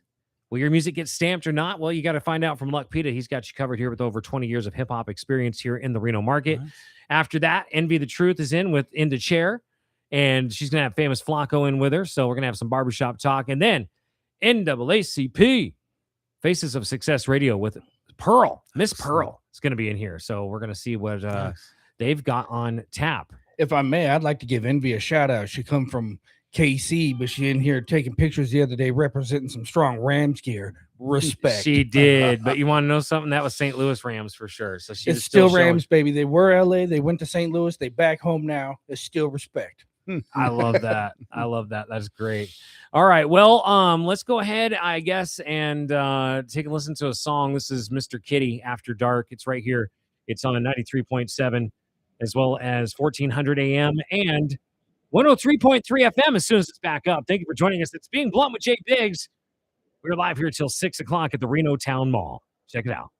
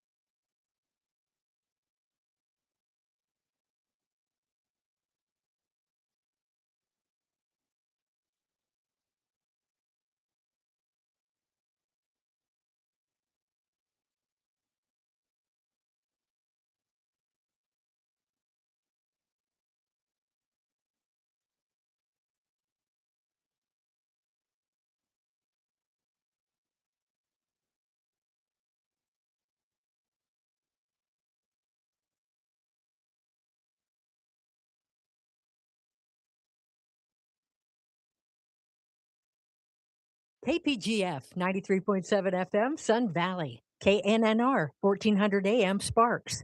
K277DL 103.3, Washoe Valley.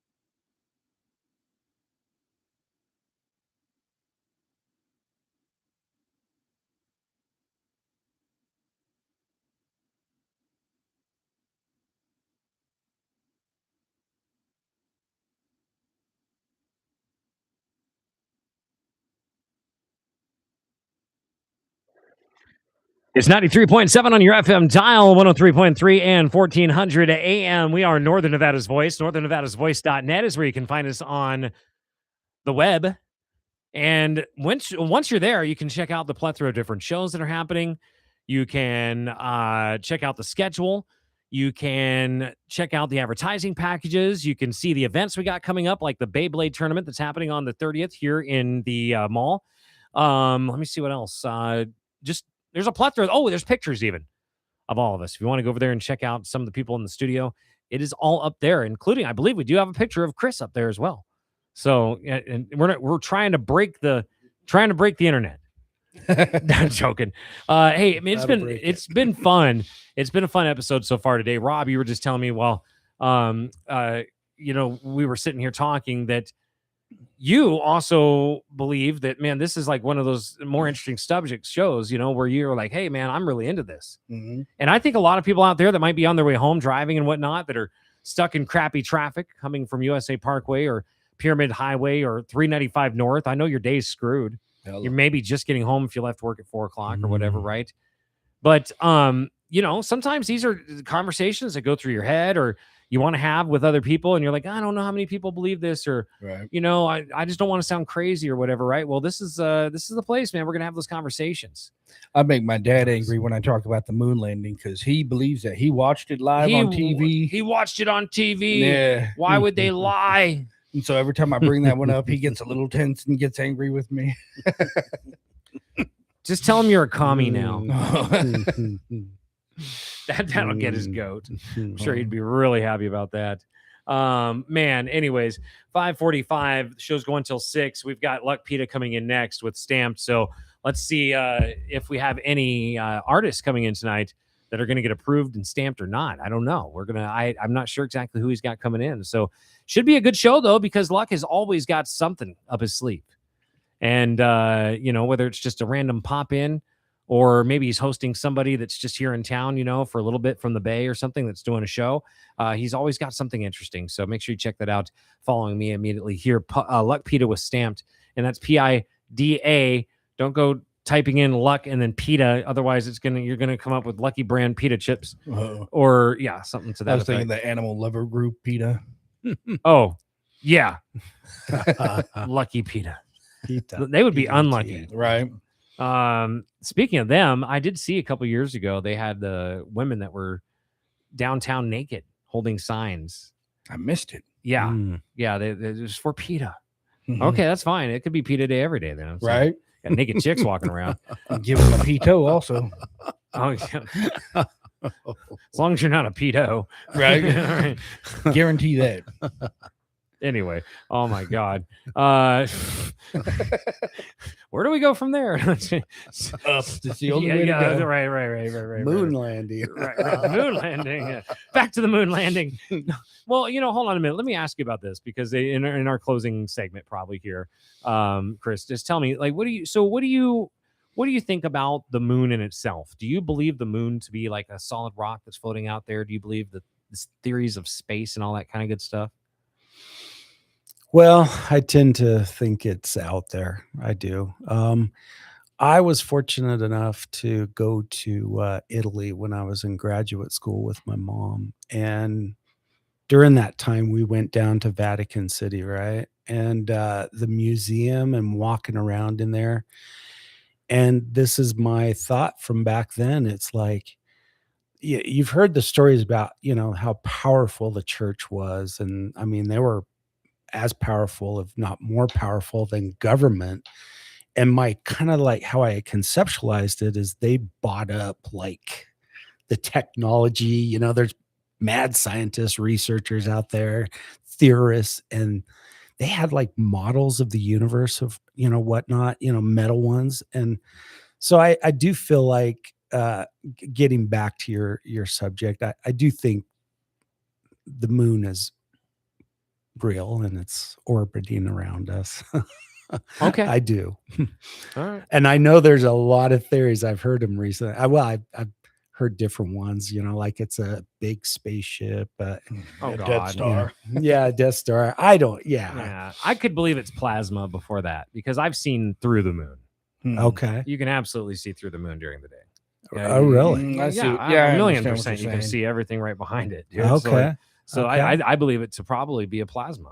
So That's so it's like a floating gas or something to that substance. effect. Yes, but that's what I believe all Okay. stars are. Okay. Have you ever zoomed in on a star or looked at a star zoomed in on by a high resolution camera? I have not. So that's it looks like liquid, Really? like a light glimmering inside of liquid. interesting. It's what it looks like. I mean, if there were any truth to this whole firmament thing, where like like we're like maybe there's waters above us or something like that, Yeah. boy, that would be one hell of a good starting point, because it does look like a piece of light that you're looking through liquid at, Interesting. and just kind of it's not it's gas. It's like floating. It's not like this rock that's out there like, oh, there's a star on fire or anything. You would think that it'd be like the moon but on fire or something, right? Because that's what Okay. we're supposed to believe it is. but I don't know. Well, I don't know, dude. There's a lot. There's some of the shapes of the moon, like when you get to half pi, to me that makes zero sense. Now the crescent makes sense with what they try to say, because it's like if you have two circles, right, and they're passing over each other, right, and let's say this is the blocker, right, well, then you're going to get on this one a crescent, because the blocker's moving over it and it's circular, right? But every once in a while up in the sky you see this straight half pi moon. Yeah. Where's that from? What is that? What creates that? That's interesting. Yeah. Yeah, I hadn't thought about that, but see, I'm inclined to believe the moon is real. But I have many questions about the landing, just considering we were behind in every aspect of the space race, and then all of a sudden we're the first ones there. Yeah. Many other details. Tell go your into it. tell your dad that the dog that went up in the Russian one was called the rabid dog. and So in these telescopes, do you see any the limb, the landing modular?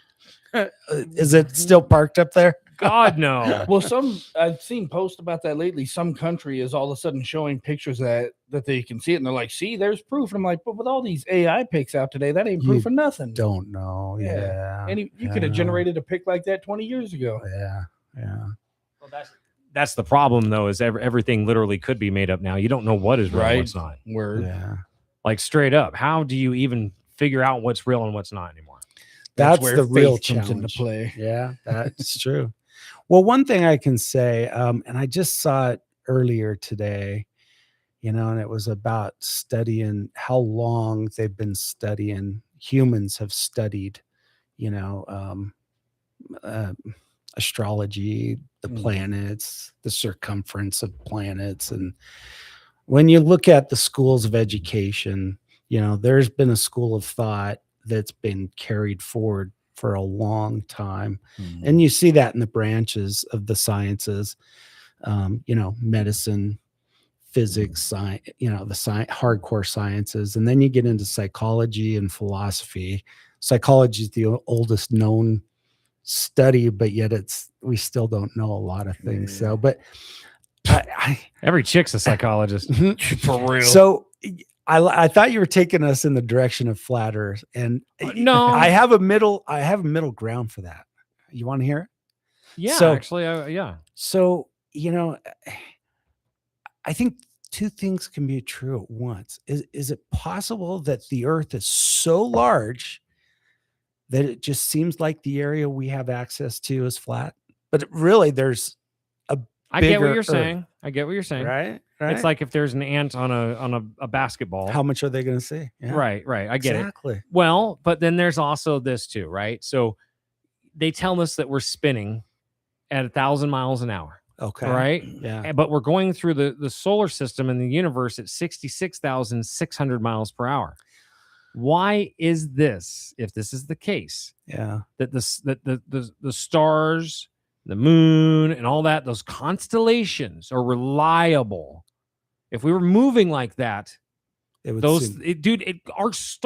if we were moving at 66,600 miles per hour, which is, by the way, 666, if you didn't know, I'm surprised there's not a 33 number in there somewhere. Sacred geometry. Right. But just saying, if we were moving at that kind of speed, the sky would look like a bunch of lines from the stars going all these crazy directions, right? Or what I think, how they're always like the North Star's always in this spot. Well, if we're over here in the universe and then way over here in the universe, how is that star always in the same spot type of thing? You know what I mean? So some of that Polaris never moves, by the way. What does? If you put a time, like a time motion or whatever on Polaris, like the North Star, if you just focus it on the North Star, it stays where it is, and every other star rotates around it. Yeah. Well, yeah. Interesting.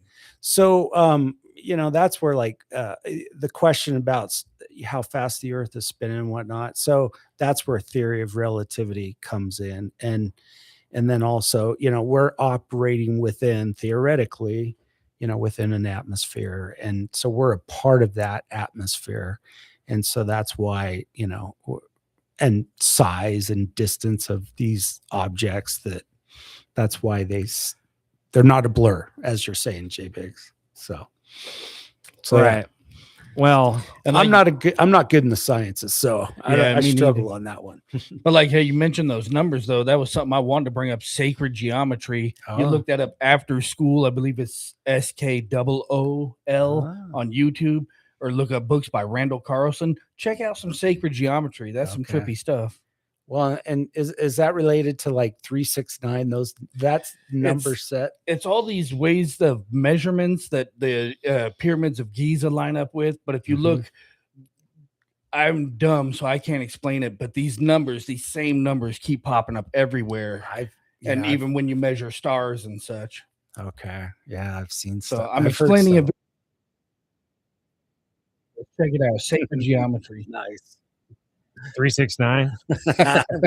We're gonna replace 7-8. 369. 369. Yeah, right. Well, 369, damn good time. Anyways, oh my gosh, that's crazy. Well, we are pretty close to the end of the show. I got to tell you. Thank you so much for joining us, Chris. That was nice. Dude, this has been cool. Yeah, That's this good. is a good one. I I like like this. it. Flew by. Usually my shows, I don't know, the last week or so, just because of what's going on with Eddie and family and all that. It's just been wild. So yeah, I appreciate you coming in. Rob the Rabid Dog as well. Hell of a- And man, just who knows? Who knows who's going to show up tomorrow? Let me see what we got on tap, actually, because I do Speaking know of who knows who's going to show up. on God, the Women of Cannabis Expo. Oh, shit. Yes, and also scanreno.com is going to be in the house. So they're going to be scanning me for sicknesses and illnesses. Excellent. Hopefully they, yeah. I I don't don't know know if if I I want that answer. Yeah, this is hopefully that they'll find out about my sickness for the thickness. Are the women of cannabis going to be protesting by any chance? I don't know if they are. Well, I mean, I'll take all of their goods. If they don't want any of their cannabis products, I will take all of it. Yeah, there's no question about that. But please be over 21. Your brain's still developing if you're younger. Right? That's something I always tried to preach to my kids because I was a heavy smoker growing up and they were raised by me. So I was always like, just grow up first. I don't see nothing wrong with it, but grow up first. Oh, man.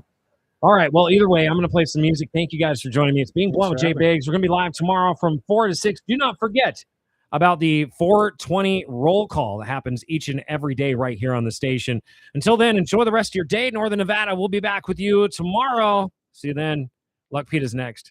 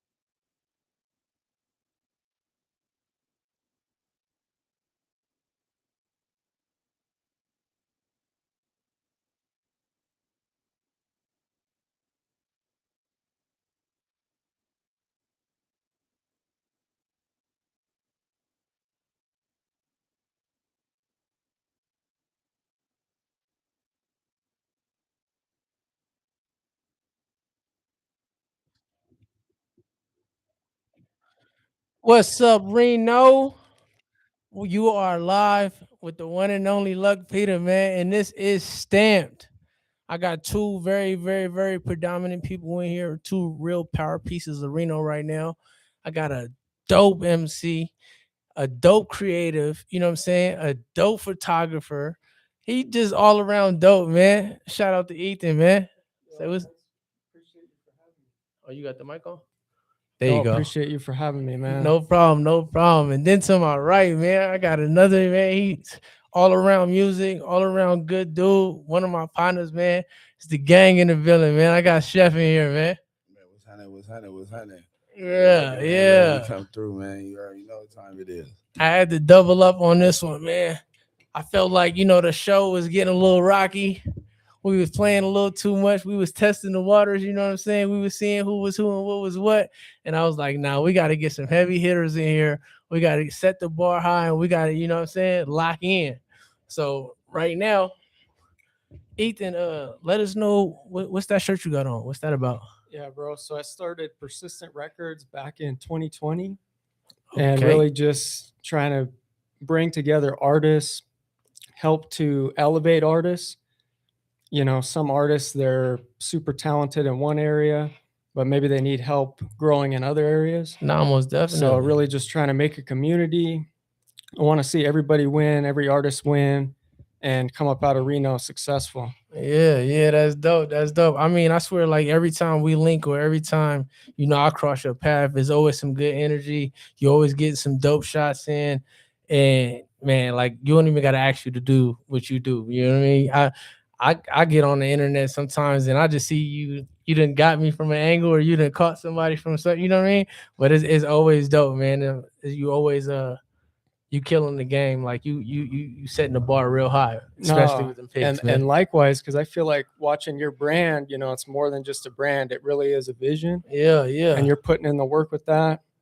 And it's cool to see that. And I feel like that last show was just a connection with us too. Okay. Like you're up there performing, bro, and we got really cool photos together. Oh yeah, no, always. And then man, we got Chef, man. Say what's up to the people, Chef. What's happening? Yeah, I had to get the gang in the building, man. Yeah, man, we in this motherfucker. We can blank that out, don't you? It's live. We can't blank it out, but we go act like we go blank it out. Yeah, my bad. I ain't know. Nah, it's all good, man. So, what's going on with you right now? Nothing right now. I'm in the gym, fitness coach, okay, life coach. Yeah, I mean everything like that. Anything got to do with health right now. I'm into it. You know what I'm saying? Personal training. Everything. And what's the stamp you putting on that? We getting rich today. That's the brand. That's the stamp. That's the label, you know what I'm saying? That's what we pushing right now because we getting to the money and ain't no fun yet. And if you ain't getting to the money yet, man, I mean, even in the word funds, it's got fun. You know what I mean? So if you ain't getting none of that, you ain't getting none of this. You know what I mean? You know what I mean? So you know what I mean? I'm just doing a little fitness thing right now. You know what I'm saying? A little health thing, trying to help a motherfucker. My bad, Hey, I'm a pirate. It's all good. But yeah, I'm just helping everybody out right now, work out, do their thing, you know what I'm saying, get their bodies right. No, most definitely. So if you're trying to get your physique in shape, ladies, come holler at your boy, man. Plug in. Hey, I'll show you how to get them glutes right. You help you get that six pack. Hey, what's the IG for that? IG, we getting rich today. You know what I'm saying? Okay, spell that out for the people, man. So WERICHTADAY.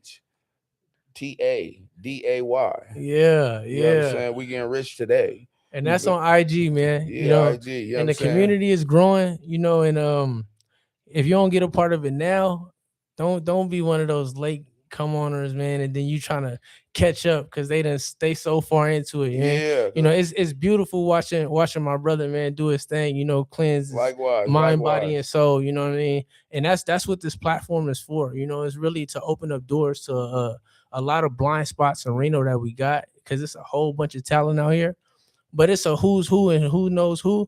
And I feel like this circle, like, the elites that I deal with, they don't really have nobody, you know what I'm saying? They are the go-tos. So I wanted to be the go-to for the go-tos, you know what I'm saying? So that way I could help get everybody, you know what I'm saying, open up a different door, you know what I mean? Because I feel like nobody really got the radio right now, you know what I mean? So let's open up the radio and get it back popping for Reno, because excuse me, when they was playing Reno records, you know what I'm saying, and they was doing certain, we had like a crazy hour, and then we really didn't have too many plugins, you know what I'm saying? You still had to jump through the loops, and you still had to do this and you had to do that. Now all you got to do is hit me up on IG XVI_LUCKPIDA and tap in with me, man. Send me your music. It don't even have to be edited. I'll edit it for you. You know what I'm saying? I'll do whatever I could do in my power to get you onto the platform, because just you working hard and just you wanting to do it and wanting to be there,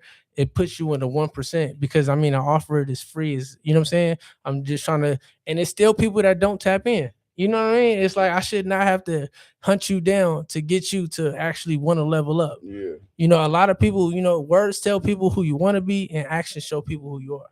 Yeah, that's real talk. That's You know what I real mean? talk. Yeah. So back to you, Ethan, man.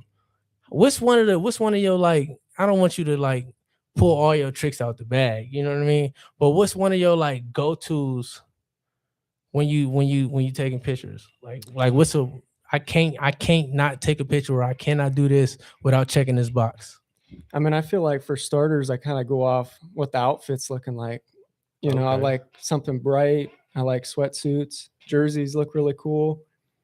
Just seeing the energy the artist is bringing to the stage, you know, and ultimately I do like a lot of light in my photo. So I like when the stage lights are looking good. Okay, you like it to be even, or you like it to be bright?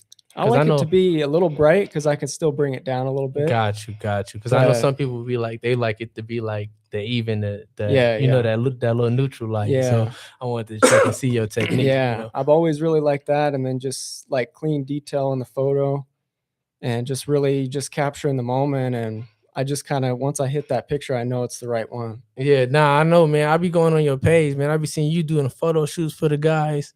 You know what I'm saying? You catching them at the shows, like all of the above. You know what I mean? So Yeah. I see how the way you work it, man. And I'm like, dang, Ethan, he's something to play with. You know what I mean? Yeah. Like, it's a lot of dudes popping it. You know what I'm saying? It's a lot of dudes that multitask, you know, throughout the music aspect of it, and the photography aspect of it. And I think it's all a part of the culture as a whole, you know what I'm saying? To For be sure. visual, to also be heard, to also, you know what I'm saying? Yeah. So and it's dope to add a level of content to it too, you know what I mean? So when I see people go through certain people, I know when they're taking it serious or not. You know what I mean? So I know when they in persistent, when they in the magazine, you know what I'm saying? Or when they're on your page somewhere, I instantly, like, you validate a lot of people. You give a lot of people their stamp without them knowing it. You know what I mean? Because Thank you, bro. if I see them on your page, I kind of go follow them.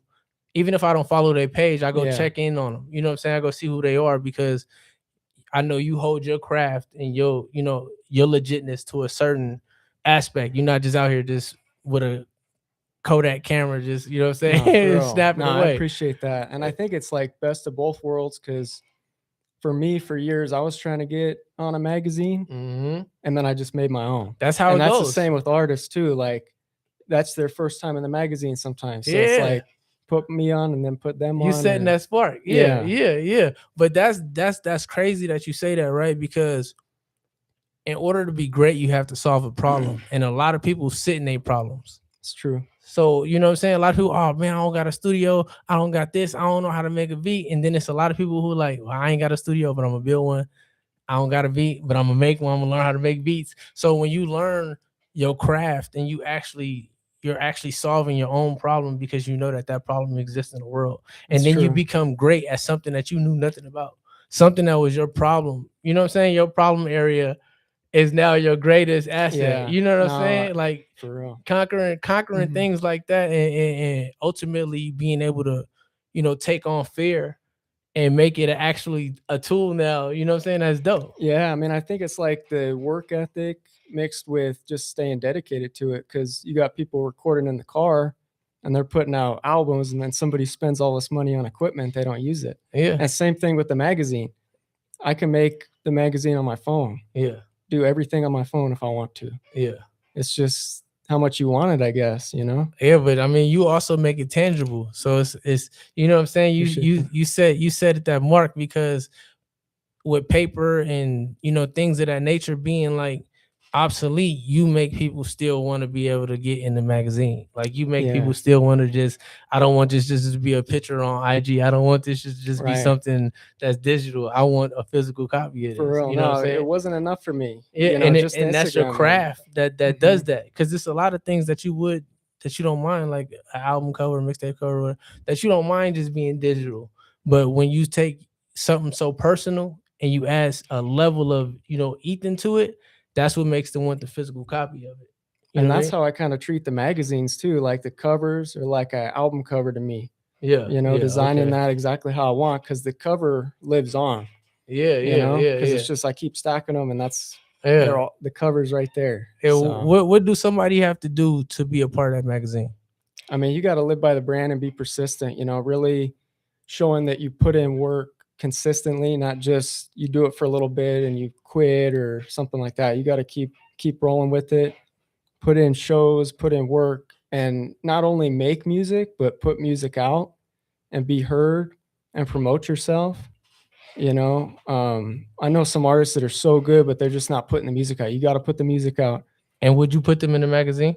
Absolutely. Or would you wait till they start doing it to put them in the magazine? I'd want to just see that they're really promoting their brand. I mean, that's what I'm doing. I'm promoting my brand. That's a good answer. Because I wanted to see if you would just alley-oop somebody, or would you still make them work? Certain songs so that's good. Unreleased.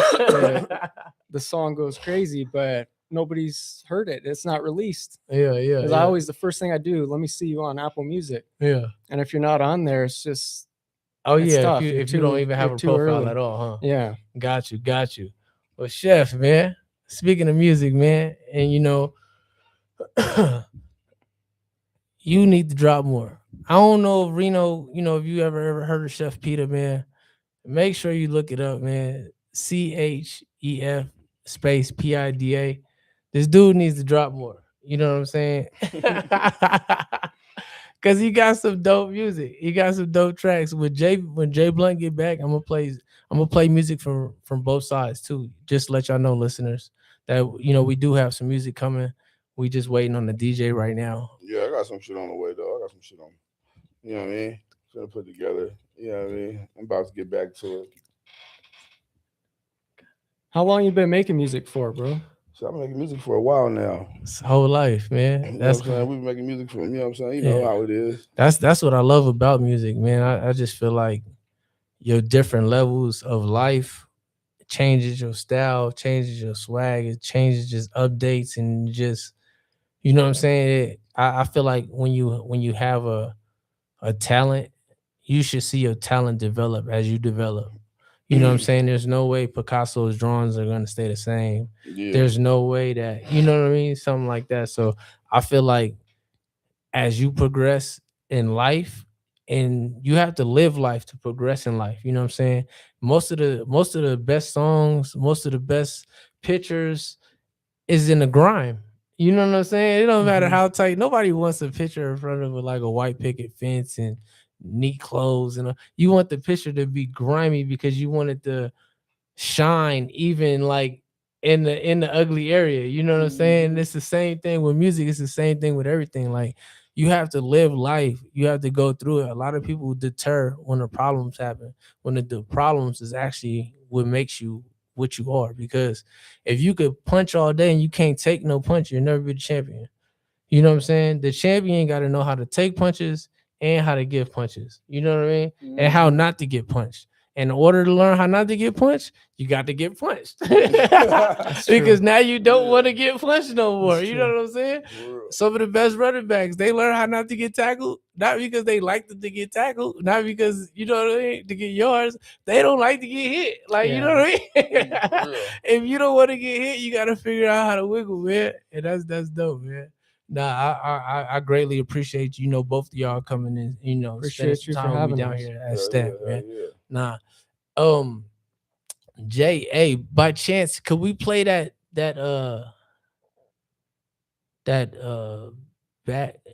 Juice song? Moneybag Juice. Moneybag Juice? multi-talented. Yeah, man, we gonna get money bag juice, man. We gonna let him.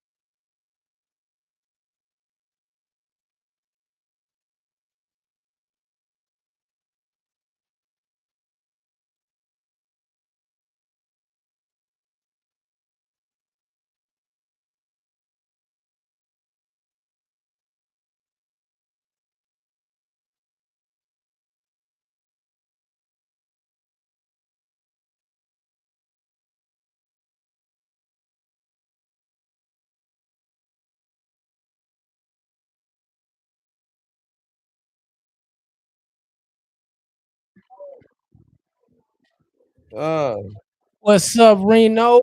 We are back live, and this is Stamped.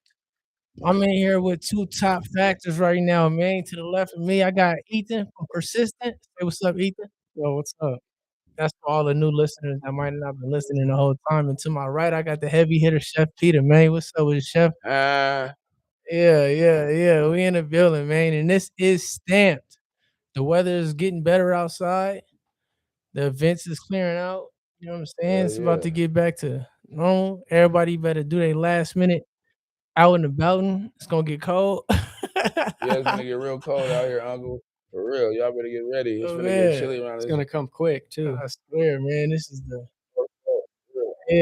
I be liking the heat. Everybody be crying about the heat. Yeah, man, so heat, bro. Man, I love the heat. The heat where it's at. Yeah, I'd rather be in the Amazon than in the Antarctica. You feel me? Yeah. Hey, man, Ethan, man. I see you brought a bag. You got some magazines in there? Yeah, man. I brought almost every single one with me. And how many? We got 1 through 15 in here. You got 15 so far? And how often do you drop? Pretty much like every few months. Okay. You ain't got it like chopped down to no specific.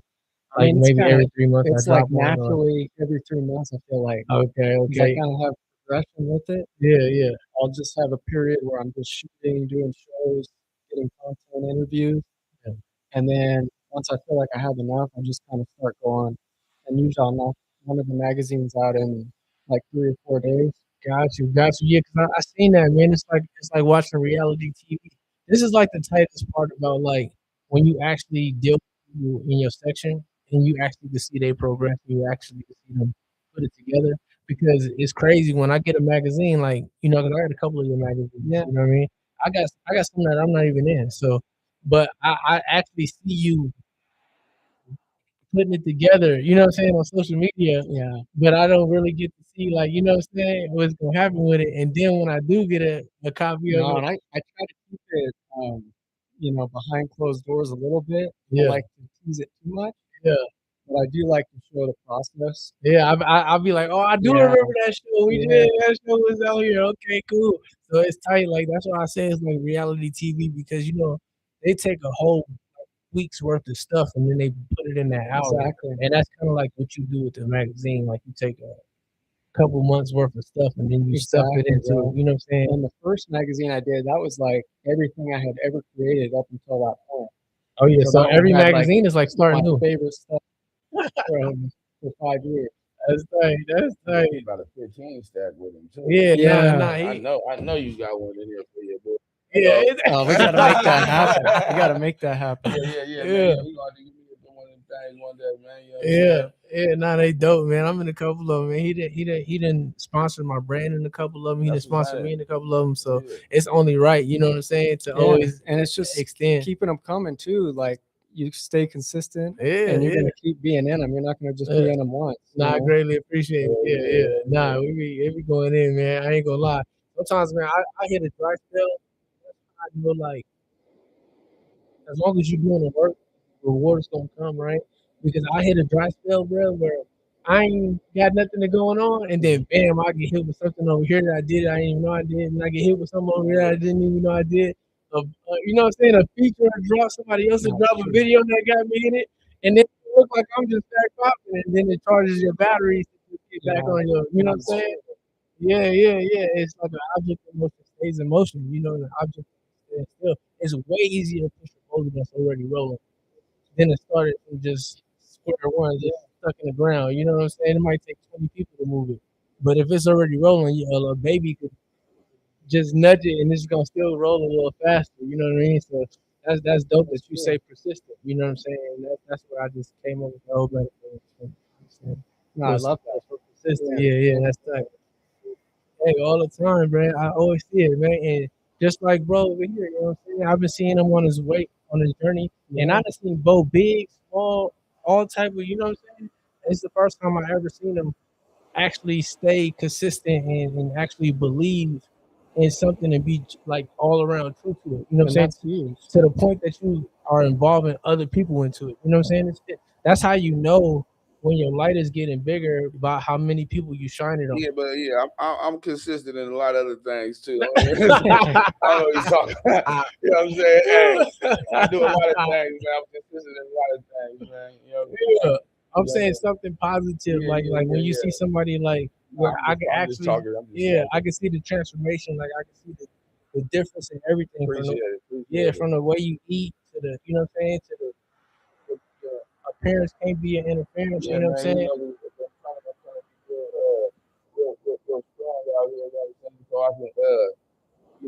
I can't cuss. So I can good and I can fight good. You know what I'm saying? You know what I mean? You know what I'm saying? I'm a weapon right now. Yeah, nah, for real. I'm so used to being the one to come home big, and then everybody like, dang, bro, you got a big.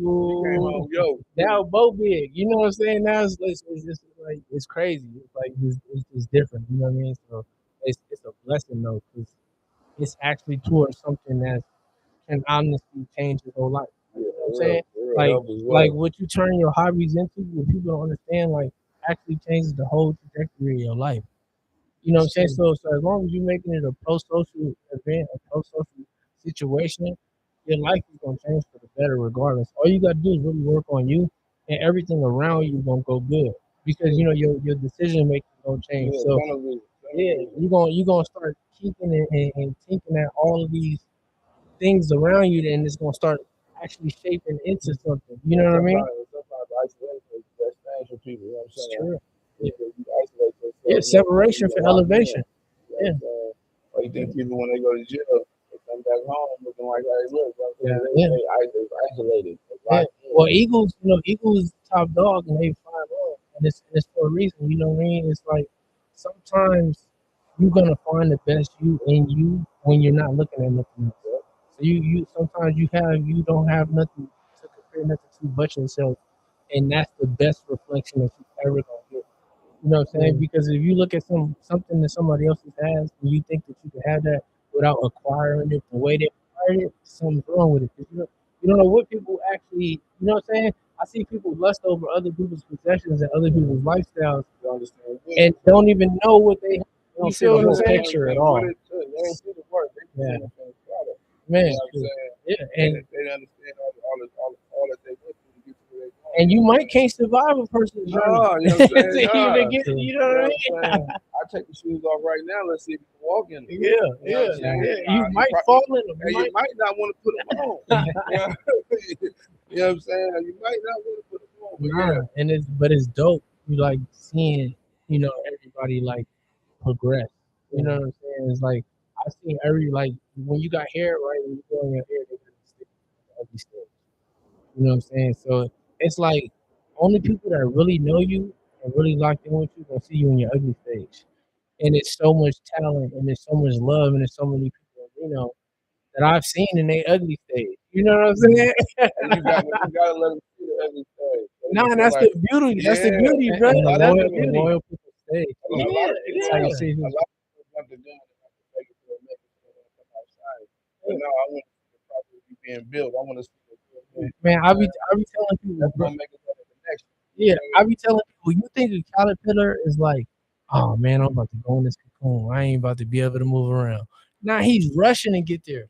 He can't wait to get in the caterpillar. That caterpillar can't wait to stop crawling so he can stand still. And then he gonna fly after that. You know what I'm saying? Watch when I get back. Watch when I get back. It's up. Watch when I get back. He come back. That ain't George. I'm gonna be doing things you can't even do no more. That's George out there flying. Now. Yeah, but I'm saying all the squirrels is laughing at you because they running past you. You know what I'm saying? Every other animal around you was just running and gunning and laughing at you until you start doing what they can't even do. And that's over. You can't run faster than me because I'm flying now. You know what I mean? So it's like that's too hard. You can't even see me. That's and I can go wherever I want. That's beautiful, man. Yeah, that's beautiful. Yeah, that's totally true. Yeah. And even just like getting into that month mode, you gotta just a little while. You gotta go in and out of that. Yeah. I'll sit back, do what I'm doing, and then I'll pop out again. But you gotta have some of that. You gotta go in. Man, it's millionaires that pay millions of dollars. They pay millions of dollars just to go to an island or just to go somewhere isolated when they have everybody else handle everything they got to do. just so they can lock in. Yeah, because mostly with men, it'd be like after like every so long, we always like recreate ourselves. You know what I'm saying? So like, you always like trying to, okay, I'm gonna evolve into this now. Yeah. I need to do this. I'm gonna get out of this. I'm gonna up this. You know what I'm saying? Yeah. So as men, we always looking to evolve, looking for a challenge. You know what I'm saying? And we always looking for growth. No, most You know what I'm definitely. saying? And that's why I say in life, you either got two things you do: either evolve or you go extinct. Yeah.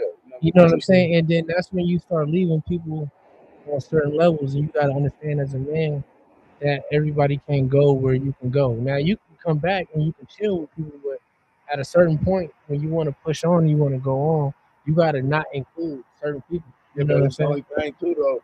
If you keep looking back, you ain't gonna be able to see what's in front of you. You're gonna crash. You know what I'm saying? So you gotta. You're not gonna hit that sometimes next you level. gotta Yeah. leave people behind. You know what I'm saying? If they was worthy enough to come, They catch up. yeah, They get there.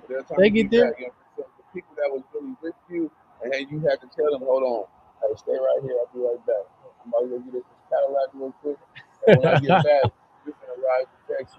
Yeah. You know what I'm saying? If you can wait for me to get back, you get in with me. We going to Texas. Yeah, we rock it. You know what I'm saying? Yeah. You know, people gonna have this fun, but if you want to be like, I ain't coming back. Nah, man, it ain't happening right That's now. how you felt the whole time. Yeah, you know what I'm saying? It wasn't fit for you. Nah, So I most need definitely. the true ones with me when I step. You know what I'm Stamp. saying? You know what I mean? So when we make it move, we make it happen. You know what I'm saying? Stamp. Hey, speaking of that, man, Jay, let's spin into this Chef Peter's track, man. Hello. I got Northeast on here, man. So we're gonna lock that in, man. Make sure you tune in, man. It's Chef Peter. Gang.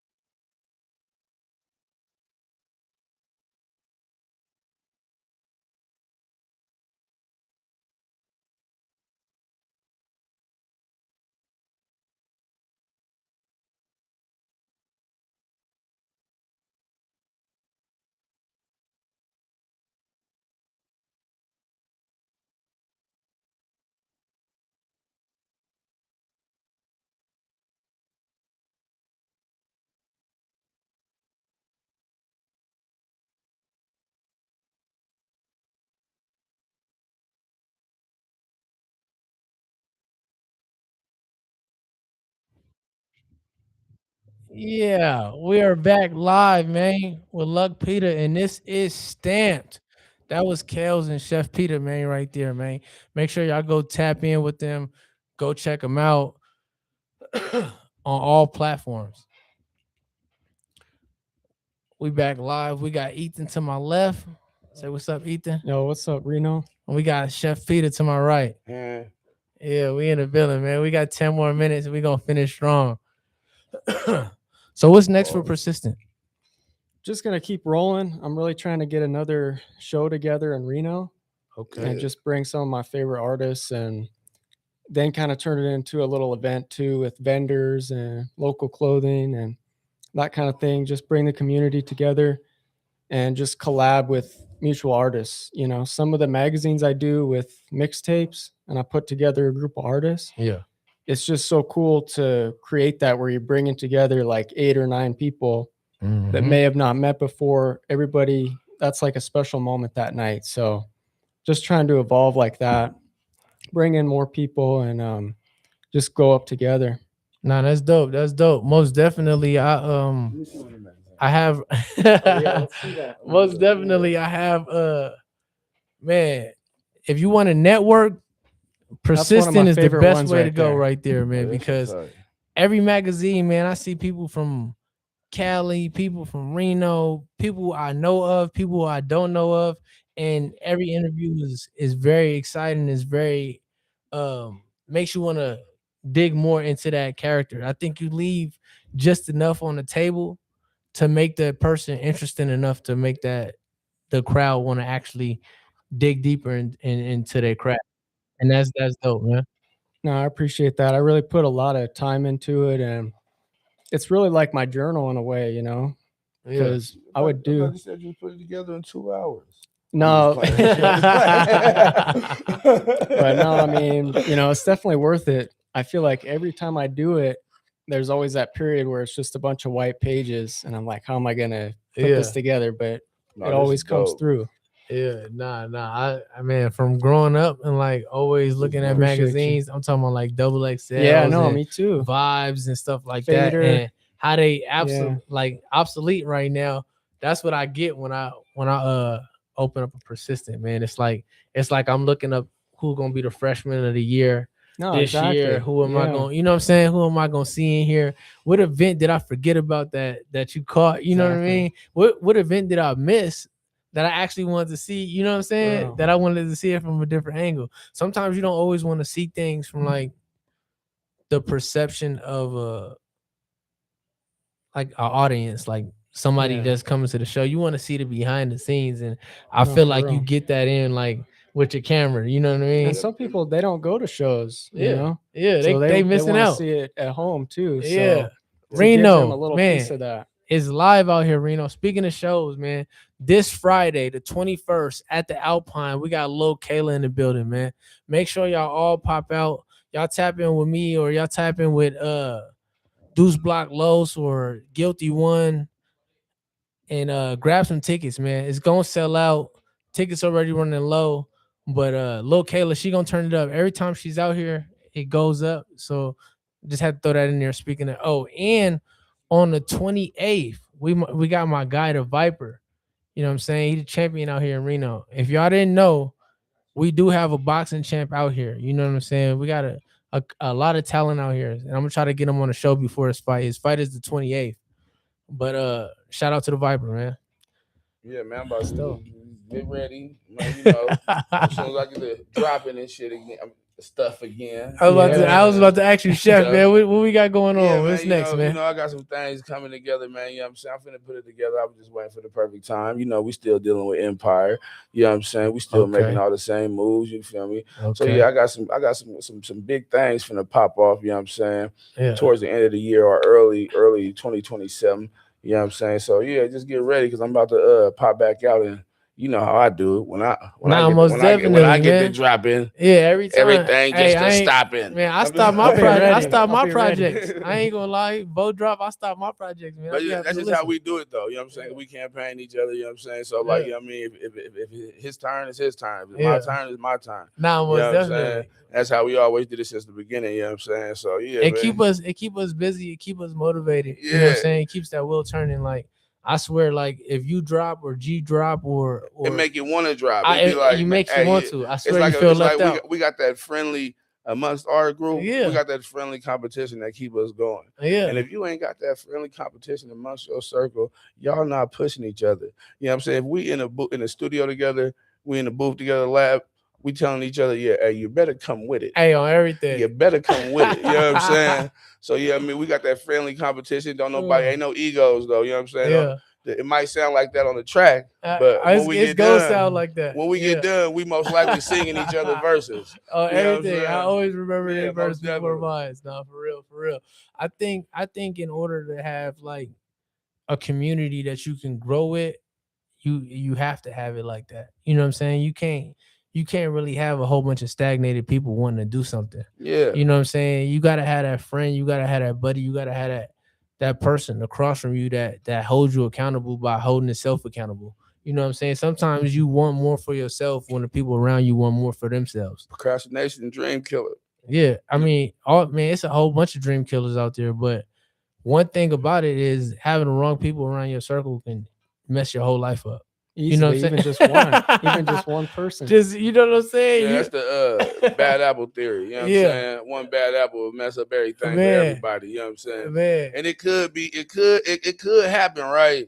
But you just gotta know, you know what I'm saying? Be the tree, man. Quit being an apple. I feel like the bad apple effect don't really matter if you willing to die for your apples. You know what I'm saying? If you rocking, if that's what y'all rocking and that's how y'all going, then that's where we're going. Yeah, you know what I'm saying? For real, you know what I'm saying? But we going down like the Titanic. You know what I'm saying? But having somebody deter you from something that you actually want to do, that's where the problem happen at. If the destination is to crash, we're gonna do 100. We're not gonna do 50. You know what I'm saying? But if you don't want to crash and you with somebody that's crashing, that's where the problem happens at. You know what I'm saying? Like you gotta. Oh yeah, you gonna feel the effects of it. Yeah, you gotta be your own person. You know what I'm saying? And that's what I love about us is like he was saying, like we gonna crash, but it's gonna be intentional. You know what I'm saying? He not gonna put my life in jeopardy. I'm not gonna put him in jeopardy. No, if you know what I'm saying, if I'm gonna crash, I'm gonna choose to crash. I'm not gonna be like, hey bro, come on, let's go crash together. But if we go, you go, bro, I'm gonna go crash. You too. I'm on my way. But if I'm ready to crash. We gonna go hit the lab, man. We gonna go push. You we ain't gonna gotta go tell hard. me what we crashing about. We just gonna go crash. Yeah. I'm ready to go. Yeah. And then and when it's time to handle business, like you know what I'm saying, like with recording and like, bruh, I came home, I seen all the chef's videos, and I wanted to take all my videos down. You know what I'm saying? Because he was on something totally different, and it made me change. You know what I'm saying? It made me inspired you too. Yeah, on everything. It motivated me to put my, because I always had quality, but he had different, like it was in a different dimension. You know what I'm saying? So I was like, oh nah, we got to step it up. And we've been going hard ever since. Like he said, man, if pause, yeah, for sure we have. But hey, our whole mixtape, we got a mixtape together called Trapaholics, bro. It's like going stupid right now. It sound nothing like nothing I ever did. Sound nothing like nothing he ever did. Because one thing for sure, you know what I'm saying? I'm gonna try to pull the best about you. I want to see you do things that I believe that you can do, because I believe in what you're doing. You know what I'm saying? And if I see or hear something that you might not be hearing, I'm most definitely finna bring it to the table. Like, listen, you need to do more of this. Yeah, no, this for real. is what I like. For you know real. what I'm saying? No Diddy, but this is what's killing it right now. You know what I'm saying? Real. You got that right there. You know what I'm saying? So I'm gonna always try to challenge you and be like, man, hey, I think that you can do this right here too. Yeah. Try it, and then he'll try it. Yeah. And next, guess what? We're going crazy. That's another weapon he got. We're going crazy. Arsenal. And that's why I chose to have both of y'all in here. You know what I'm saying? Because I feel like it's such a motivating energy. You know what I'm saying? When y'all both like Ethan do the same thing. Like he not gonna catch me like digging in my nose and take a picture and just like try to play me out. Like I know whatever picture he puts up, integrity, alignment, prior, all of that is gonna be in that picture. Yeah, you know what I'm that saying? was the best shot. I know. I don't have to tell him, hey, Yeah. brother, you catch me from this. Hey, can you do this? It's Just like do you. It's like he already got the shots I wanted. Yeah, I'm like telling y'all, just like, do I you. know he would like this shot. Yeah, he already know. Yeah, that's how you really got to go about it. Because some people will go about how they feel and what they like about it, and not serving the customer. You know what I'm saying? No, they ain't doing the service that they supposed to. Yeah. So and then some people can't even. They just doing it just for some money, so they can't see it through your eyes or how you want it. They can't envision how to put it together. I'm trying not to cuss. They can't see it the way you see it. You know what I'm saying? Your vision. You know what I'm saying? So they'll have you looking crazy out there, and then next you know you like, bro, you didn't see that stuff on my face right there. Yeah, bro. I was looking. Why was my hand like this in the video, bro? What's going on? No, it's true, bro. You got to see the whole most thing. definitely, man. And it caught you awkward. In the you video. gotta deal with people that You gotta want your think of best it interest if at it heart. was you. Yeah. Yeah. You gotta deal with people that have your best interest at heart. You know what I'm saying? You gotta Absolutely. deal with people that want for you what they want for themselves. You know what I'm saying? If you're a dirty person, you probably don't want nothing clean for me. You know what I'm saying? So sometimes you gotta not only take the information that you take, you gotta understand and visualize and look at who you're taking it from. Pause. Well said.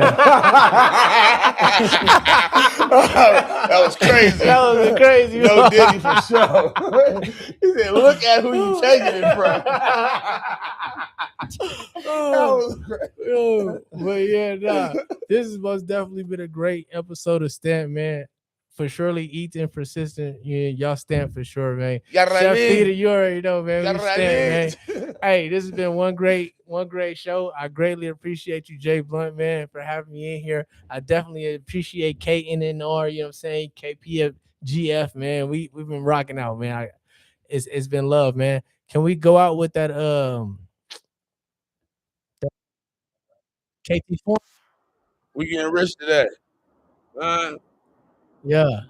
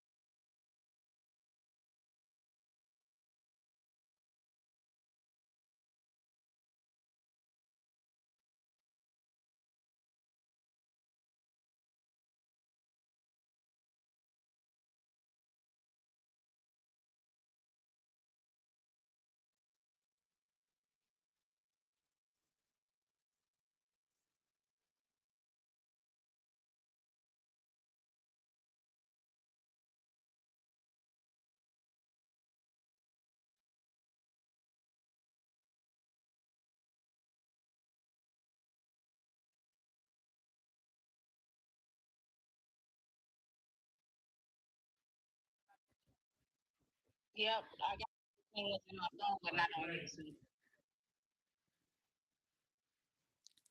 Already.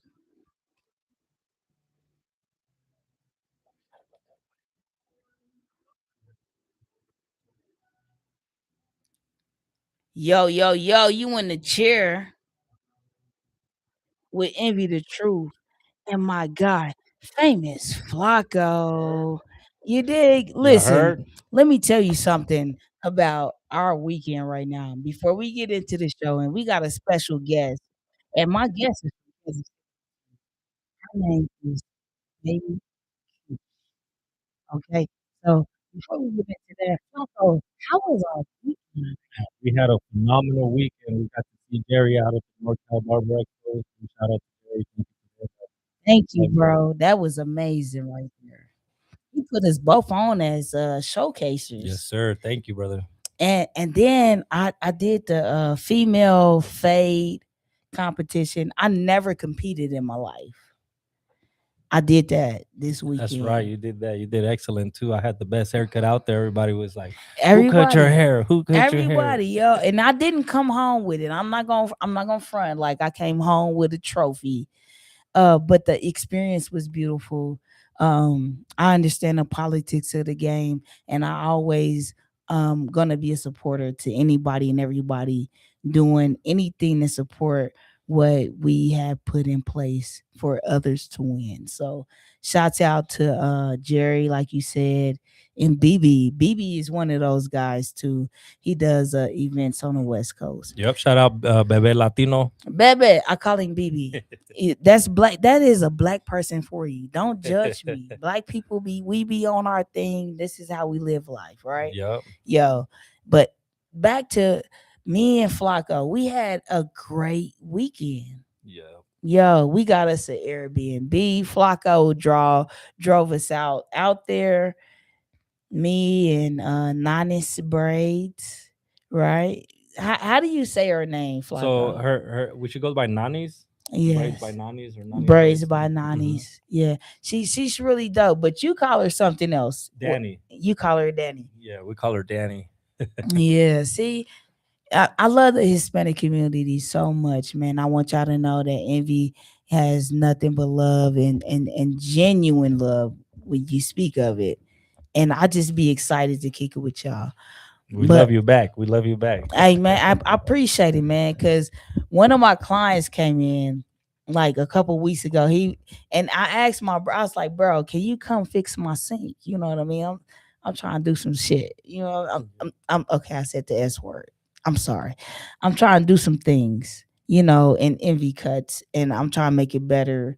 So anyway, he was like, yeah, I heard you on Mexican news. That's what he said. That was the funniest thing I heard ever. I was like, this guy just said, I heard you on Mexican news.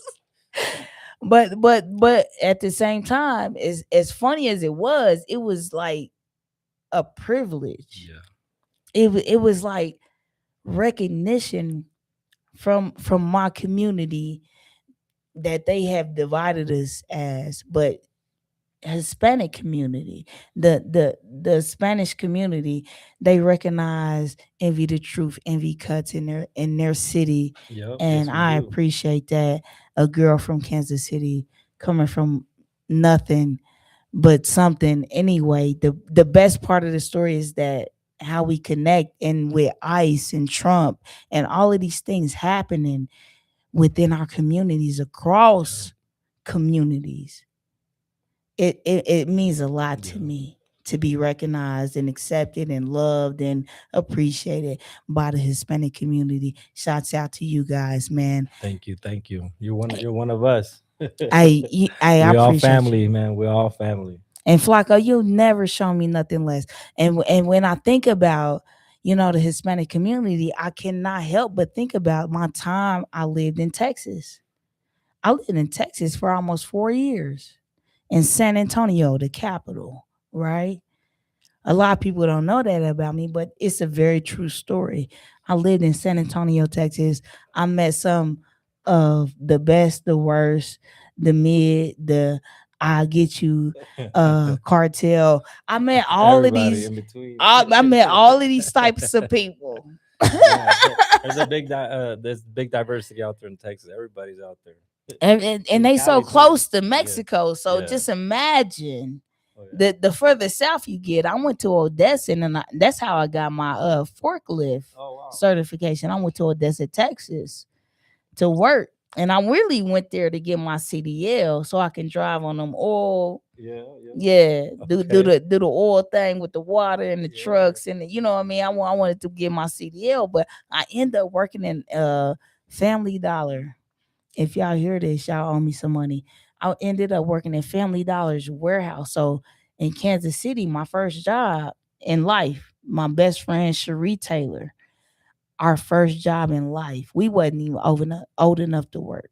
Oh, wow. We went and we worked at Family Dollar, and we lied about our age, and we got away with it for like a month. On everything I love. Wow. This is a true story. We got away with it for like a month. And when they figured it out, they were so mad they had to fire us because we was some good workers. Oh, wow. We wanted that bad. They're like, we couldn't cash our check. You know what I'm saying? No, and in reality, when we couldn't cash our check, what came down to it is we couldn't clock in again. We was mad. I can't clock in. Wait a minute. I'm a pimp, Damon. We was feeling some type of way. All right, but we got a special guest tonight. Her name is Baby Keish, and she is from Kansas City, Missouri, where I'm from. Envy the truth. Born and raised in Kansas City, man. And coming to Reno, everybody be like, how did you end up 1,600 miles away in Reno, Nevada? And I always tell them, I just follow where God took me, man. I wasn't looking for nothing more than where God took me. It's like we just have to be obedient sometimes. We don't even know we're taking orders. We're just obeying. We're going with the wind. At some point, you get tired of fighting everything and everybody around you. Because in this life in America, let's be real.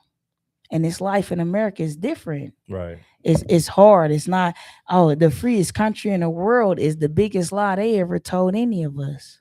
You see what I'm saying? Yeah. So if you're as conscious as I am, and I'm born September 25th, I'll be 42 next month. Wow. Amazing. I'll be 42 next month. Then. Right? So to be almost 42 years old and lived in America all of my life, my ancestors come from Africa, Ethiopia, Africa. Okay. Of course, West Africa. A lot of us come from there. My grandmother, grandfather, Blackfoot Indian, Cherokee Indian. Wow. My great grandfather is an Irish white man. So if you standing for something, stand on something. That's all I'm saying, man. Like, we are the same, and we can claim a neighborhood, we can claim a block, but in reality, we need to claim each other.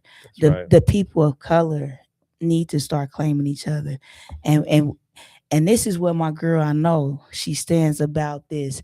I've heard her latest music, her latest. I've watched everything she's done lately, and it's really about empowerment and uplifting each other. My girl, Baby Keish. Yo, J.Biggs, my big bro, the guy that gave me an ecstasy from Kansas City, a platform. Do you have a Baby Keish song pulled up? Play this song for Reno and Kansas City. KC to the Bay. Shout out to my boy Ecstasy. Man, I'm excited for this movement. Let's go, baby.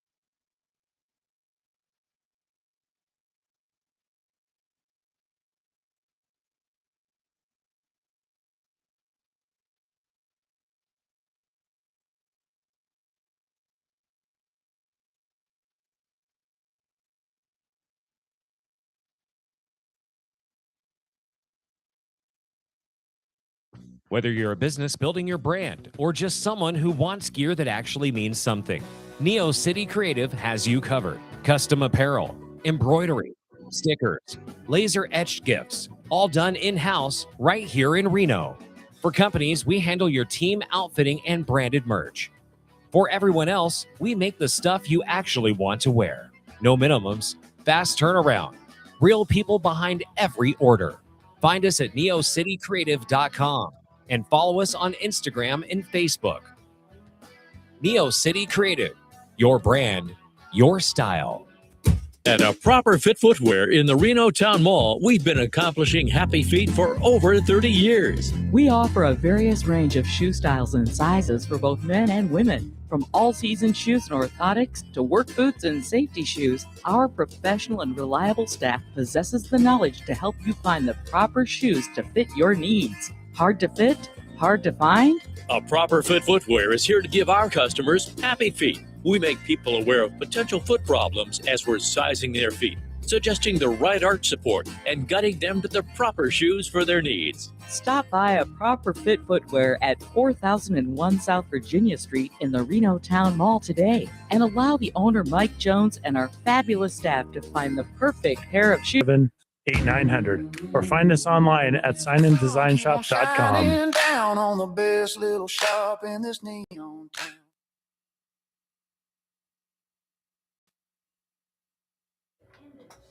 Envy the truth. Yo. Back to the envy in the chair with Envy the truth. And my God, famous Flacco In the building. in the building. Yo. So tonight we got my girl Kiki. How you say your last name, sis? I don't want to mess. Flice. Yeah. I be like fetish because she's I like, went on Google right before so I wouldn't get it wrong. you know, I love Flice. Like Kiki Like flies. Heidi Flies. she flies. Shit. That I'm okay. I said this S word. Don't say it. Anyway, you can't listen. You can't say the S and the F word. And we black, and it'd be so hard for us not to say those two words. So, broadcast radio, change your rules. Anyway, when we back from one of Kansas City's own, Missouri born and raised, baby, residing in Dallas, Texas. That's where you at? Yep. She's in Dallas, Texas. A fearless voice, authentic to hip hop and presence, blending raw storytelling with motivational energy, street perspective, club vibes, and a real life emotion.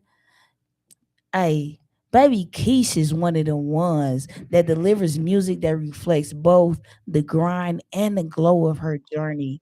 I'm so excited to be in the chair tonight with Baby Keish, man. How you feeling, girl?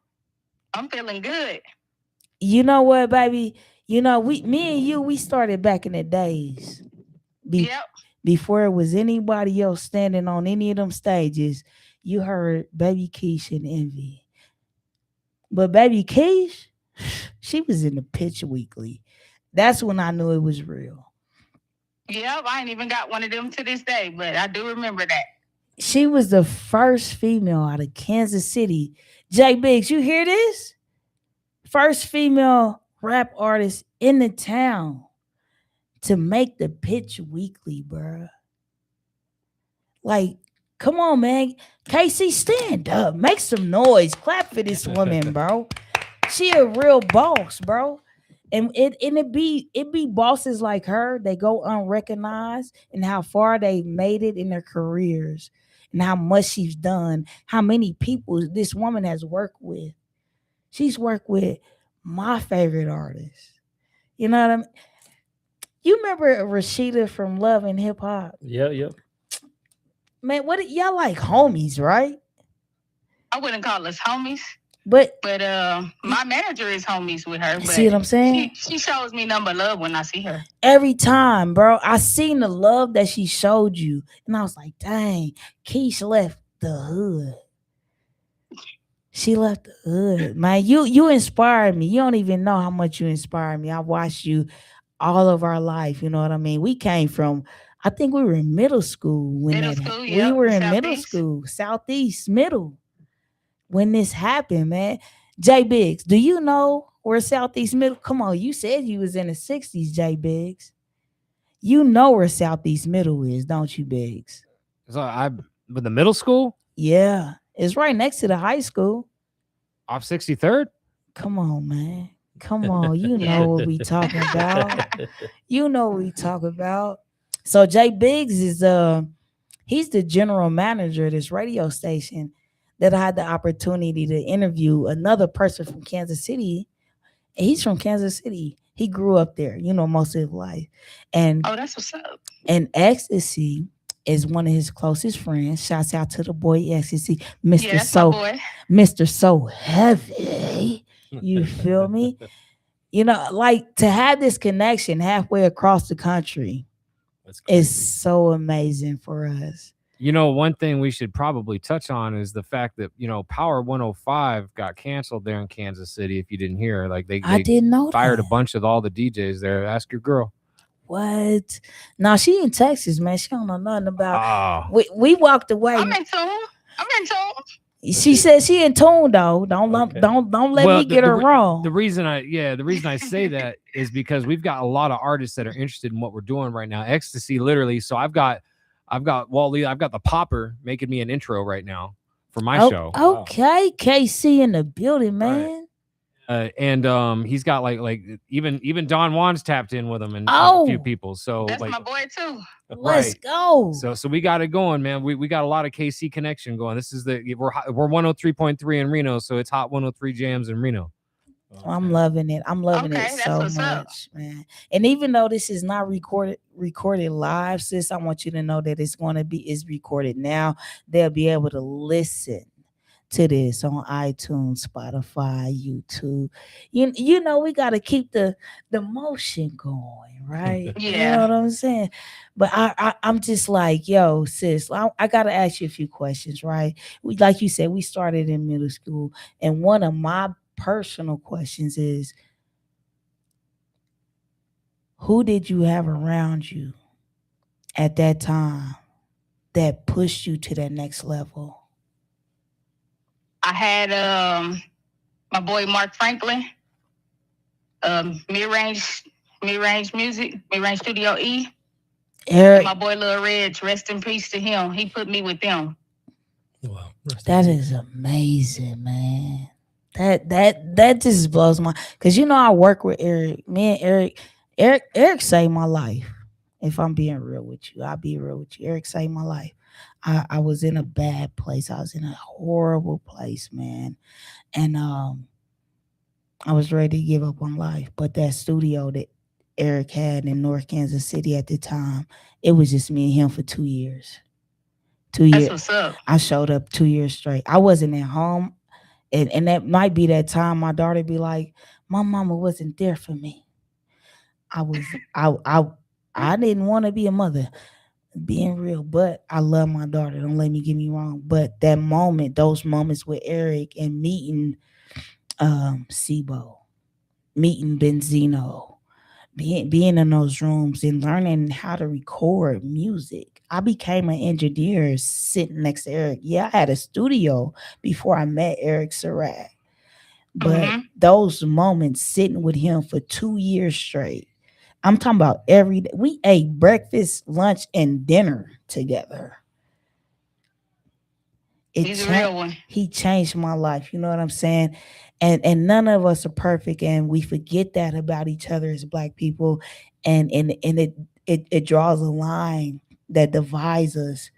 And it's that programming and that conditioning from this system that we're living under that takes us to that place. But when you able to wake up and come back, man, and you able to say, yo, hey, man, I was wrong. You was wrong. We were wrong. But, hey, let's keep going, man. We recognize what it is. It's not too late. And that was really one of my biggest things about having you on the show, is showing like it's never too late to connect with people that you respect, people that you love, people that has made an impact not only in your community but on the world. And they don't know what Kansas City has done for the world, the country. Miles Davis, Elizabeth Taylor. Sis, do we come from a background of true music? We do. We do. Yep. We do. So tell me this. I want to ask you another question. What was your first song that got you popping? This period. The first song, actually, I want to say rest in peace to Too Sweet too. Because I would go to his house and be it was like a storage closet on the porch, and that's the first my first time at a real studio. But the song that got me popping, I would say it's this song called "We Came to Party." And I used to sneak into Jamaican G's when I was like 15, 16. Let's talk about it. In there. Let's talk about it. Me and my cousins. I didn't know nobody. I didn't know no other rappers. But I would just get up there and do my song, and they learned it. And then it took off. So I started selling CDs. I used to have to live off selling CDs. Come on, man. Yeah, some on. artists nowadays have no idea how to sell a CD. Come on, Flocko. No idea. It's the real hustle right there. No, when I'm telling you real hustle, man, that's how Texas know Envy. I ain't even gonna lie to you. I was out there out the trunk of that Mustang you see me with. You feel me? I was every 5 major cities in Texas. I guarantee you somebody in that city got an Envy the Truth CD right now. Yeah. Right now. That's how it's supposed to be. That is amazing, baby. And I know that your journey has been long but successful. Like, you've been more successful, I feel, because you started at a younger age, but you were still able to sustain life. And I watched you and I ain't gonna say you created a family, sustained that family, walked away from what wasn't good for you, and you still are baby Keish. Tell me what that's been like for you, being a mother and an artist and a wife. My biggest fan is my daughter. Let's go. So, Jersey. I didn't want no kids, but God knew exactly what I needed. Because it's like she motivates me. Being a wife, I feel like that was good when it was good, when the support was there and everything. And when it ended, it was designed to destroy me. You know, I learned a lot. Like, you never know, you be sleeping with your enemy. Come on, but all talk that did about was it. Motivate me. Yeah, it motivated me, and now so many more doors have opened that I can't even speak on yet. But it's gonna appear. I've been working at it for so long, but my daughter, no, she is the motivation for me. Just even if it wasn't music, whatever career I'm in, I'm going hard for her. That's right. I love She's getting that. ready to start her modeling career now. Man, I mean, it's like Keish has not fell off. If I see any female from Kansas City, and I'll be an honest one, man. I'm from KC. I rap. I'm not consistent. If that's my biggest doubt, it's because Envy is. I'm not consistent. But when I see Keish, she's not just consistent, bro. She is on top of every move she can make. And it might not be every perfect move, even in her eyes. But I'm looking from the outside in, and I'm like, she making it happen. She on it. She on it. And she's been on it since we were, what you say, middle school. Middle school. Wow. Yep. I even got a show I'm doing now geared towards like mental health and healing. Okay. I love that. And talk about that some more. Tell me about that. Yeah, me and my friend, we're on all platforms as Story of Unscripted Voices. But it's just 2 people that's putting our trauma out there and showing people, like, people you don't think going through stuff or been through stuff. We've been through it, and we're trying to leave the door open for other people to walk in and talk about it and free themselves. I love that so much, sweetheart. And let's not ever discredit ourselves and what we offer to this world. Because if you got melanin in your skin, baby, it's not not to be spoke about, it's to be celebrated about. Right? Mm-hmm. You see what I'm saying? And what you're doing sounds like a celebration to me. Yes. Yeah, it sounds like a celebration. So I want to ask you this: who was your top 3 favorite artists to work with throughout your career? My top 3, I'm gonna say I had a good time working with a super producer Bolo, because I felt like when I was in the studio with him, he wasn't just the engineer. He pushed something out of me that day that I don't hear when I go elsewhere. Okay. So just the quality of the song. Yeah. Next, I'm gonna say Rashida, because she was kind to me and my people, and she's continued to be kind to us. Forget the TV show, her as a person, and then she really is a boss, you know. Let's go, Rashida. She had nothing to gain from working with me. Let's go. And then I'm gonna say one of my favorite artists to work with is my girl Nina Di Ross. Okay. Okay. So talented, like I'm a super fan. That's my dog. With that, I'm a super fan. I love that. So that's my top 3. Your top 3. I mean, I ain't gonna even lie to you. Your top 3 is some of my favorite people too, man. And I'm gonna be real with you, sis. If a person asks me that, I'm gonna have 1,000 answers. I don't even know how to answer it because I love my people. Baby. When I tell you, it's a hard decision. It be a hard decision, but I love when y'all can answer that question, because Envy would be like, huh? Let me think. Let me Google some let me figure it out real quick. But I love each and every one of y'all so much, man. And I spent so much time at mid range because I wanted that team. Any of us in this business that you done music, Flacco, you done music? Yeah, I've done music. We want to have a team atmosphere. And sometimes the people that we want to take with us is not the people that God called to stand with us straight up through the whole situation. They might have been there for a season, right? A lot of people are there just for a season. Some people are there for a reason. Very, very few are there for a lifetime. And when you meet those very few, me and Baby Keish been knowing each other since middle school. We ain't had to sit in each other's face. We didn't have to be in the same room with each other. But the respect is still there almost 30 years later. And the love. Yep. The love, the respect is still there almost 30 years later. So when they be like, well, what? People ask me like, well, Envy, why you not on?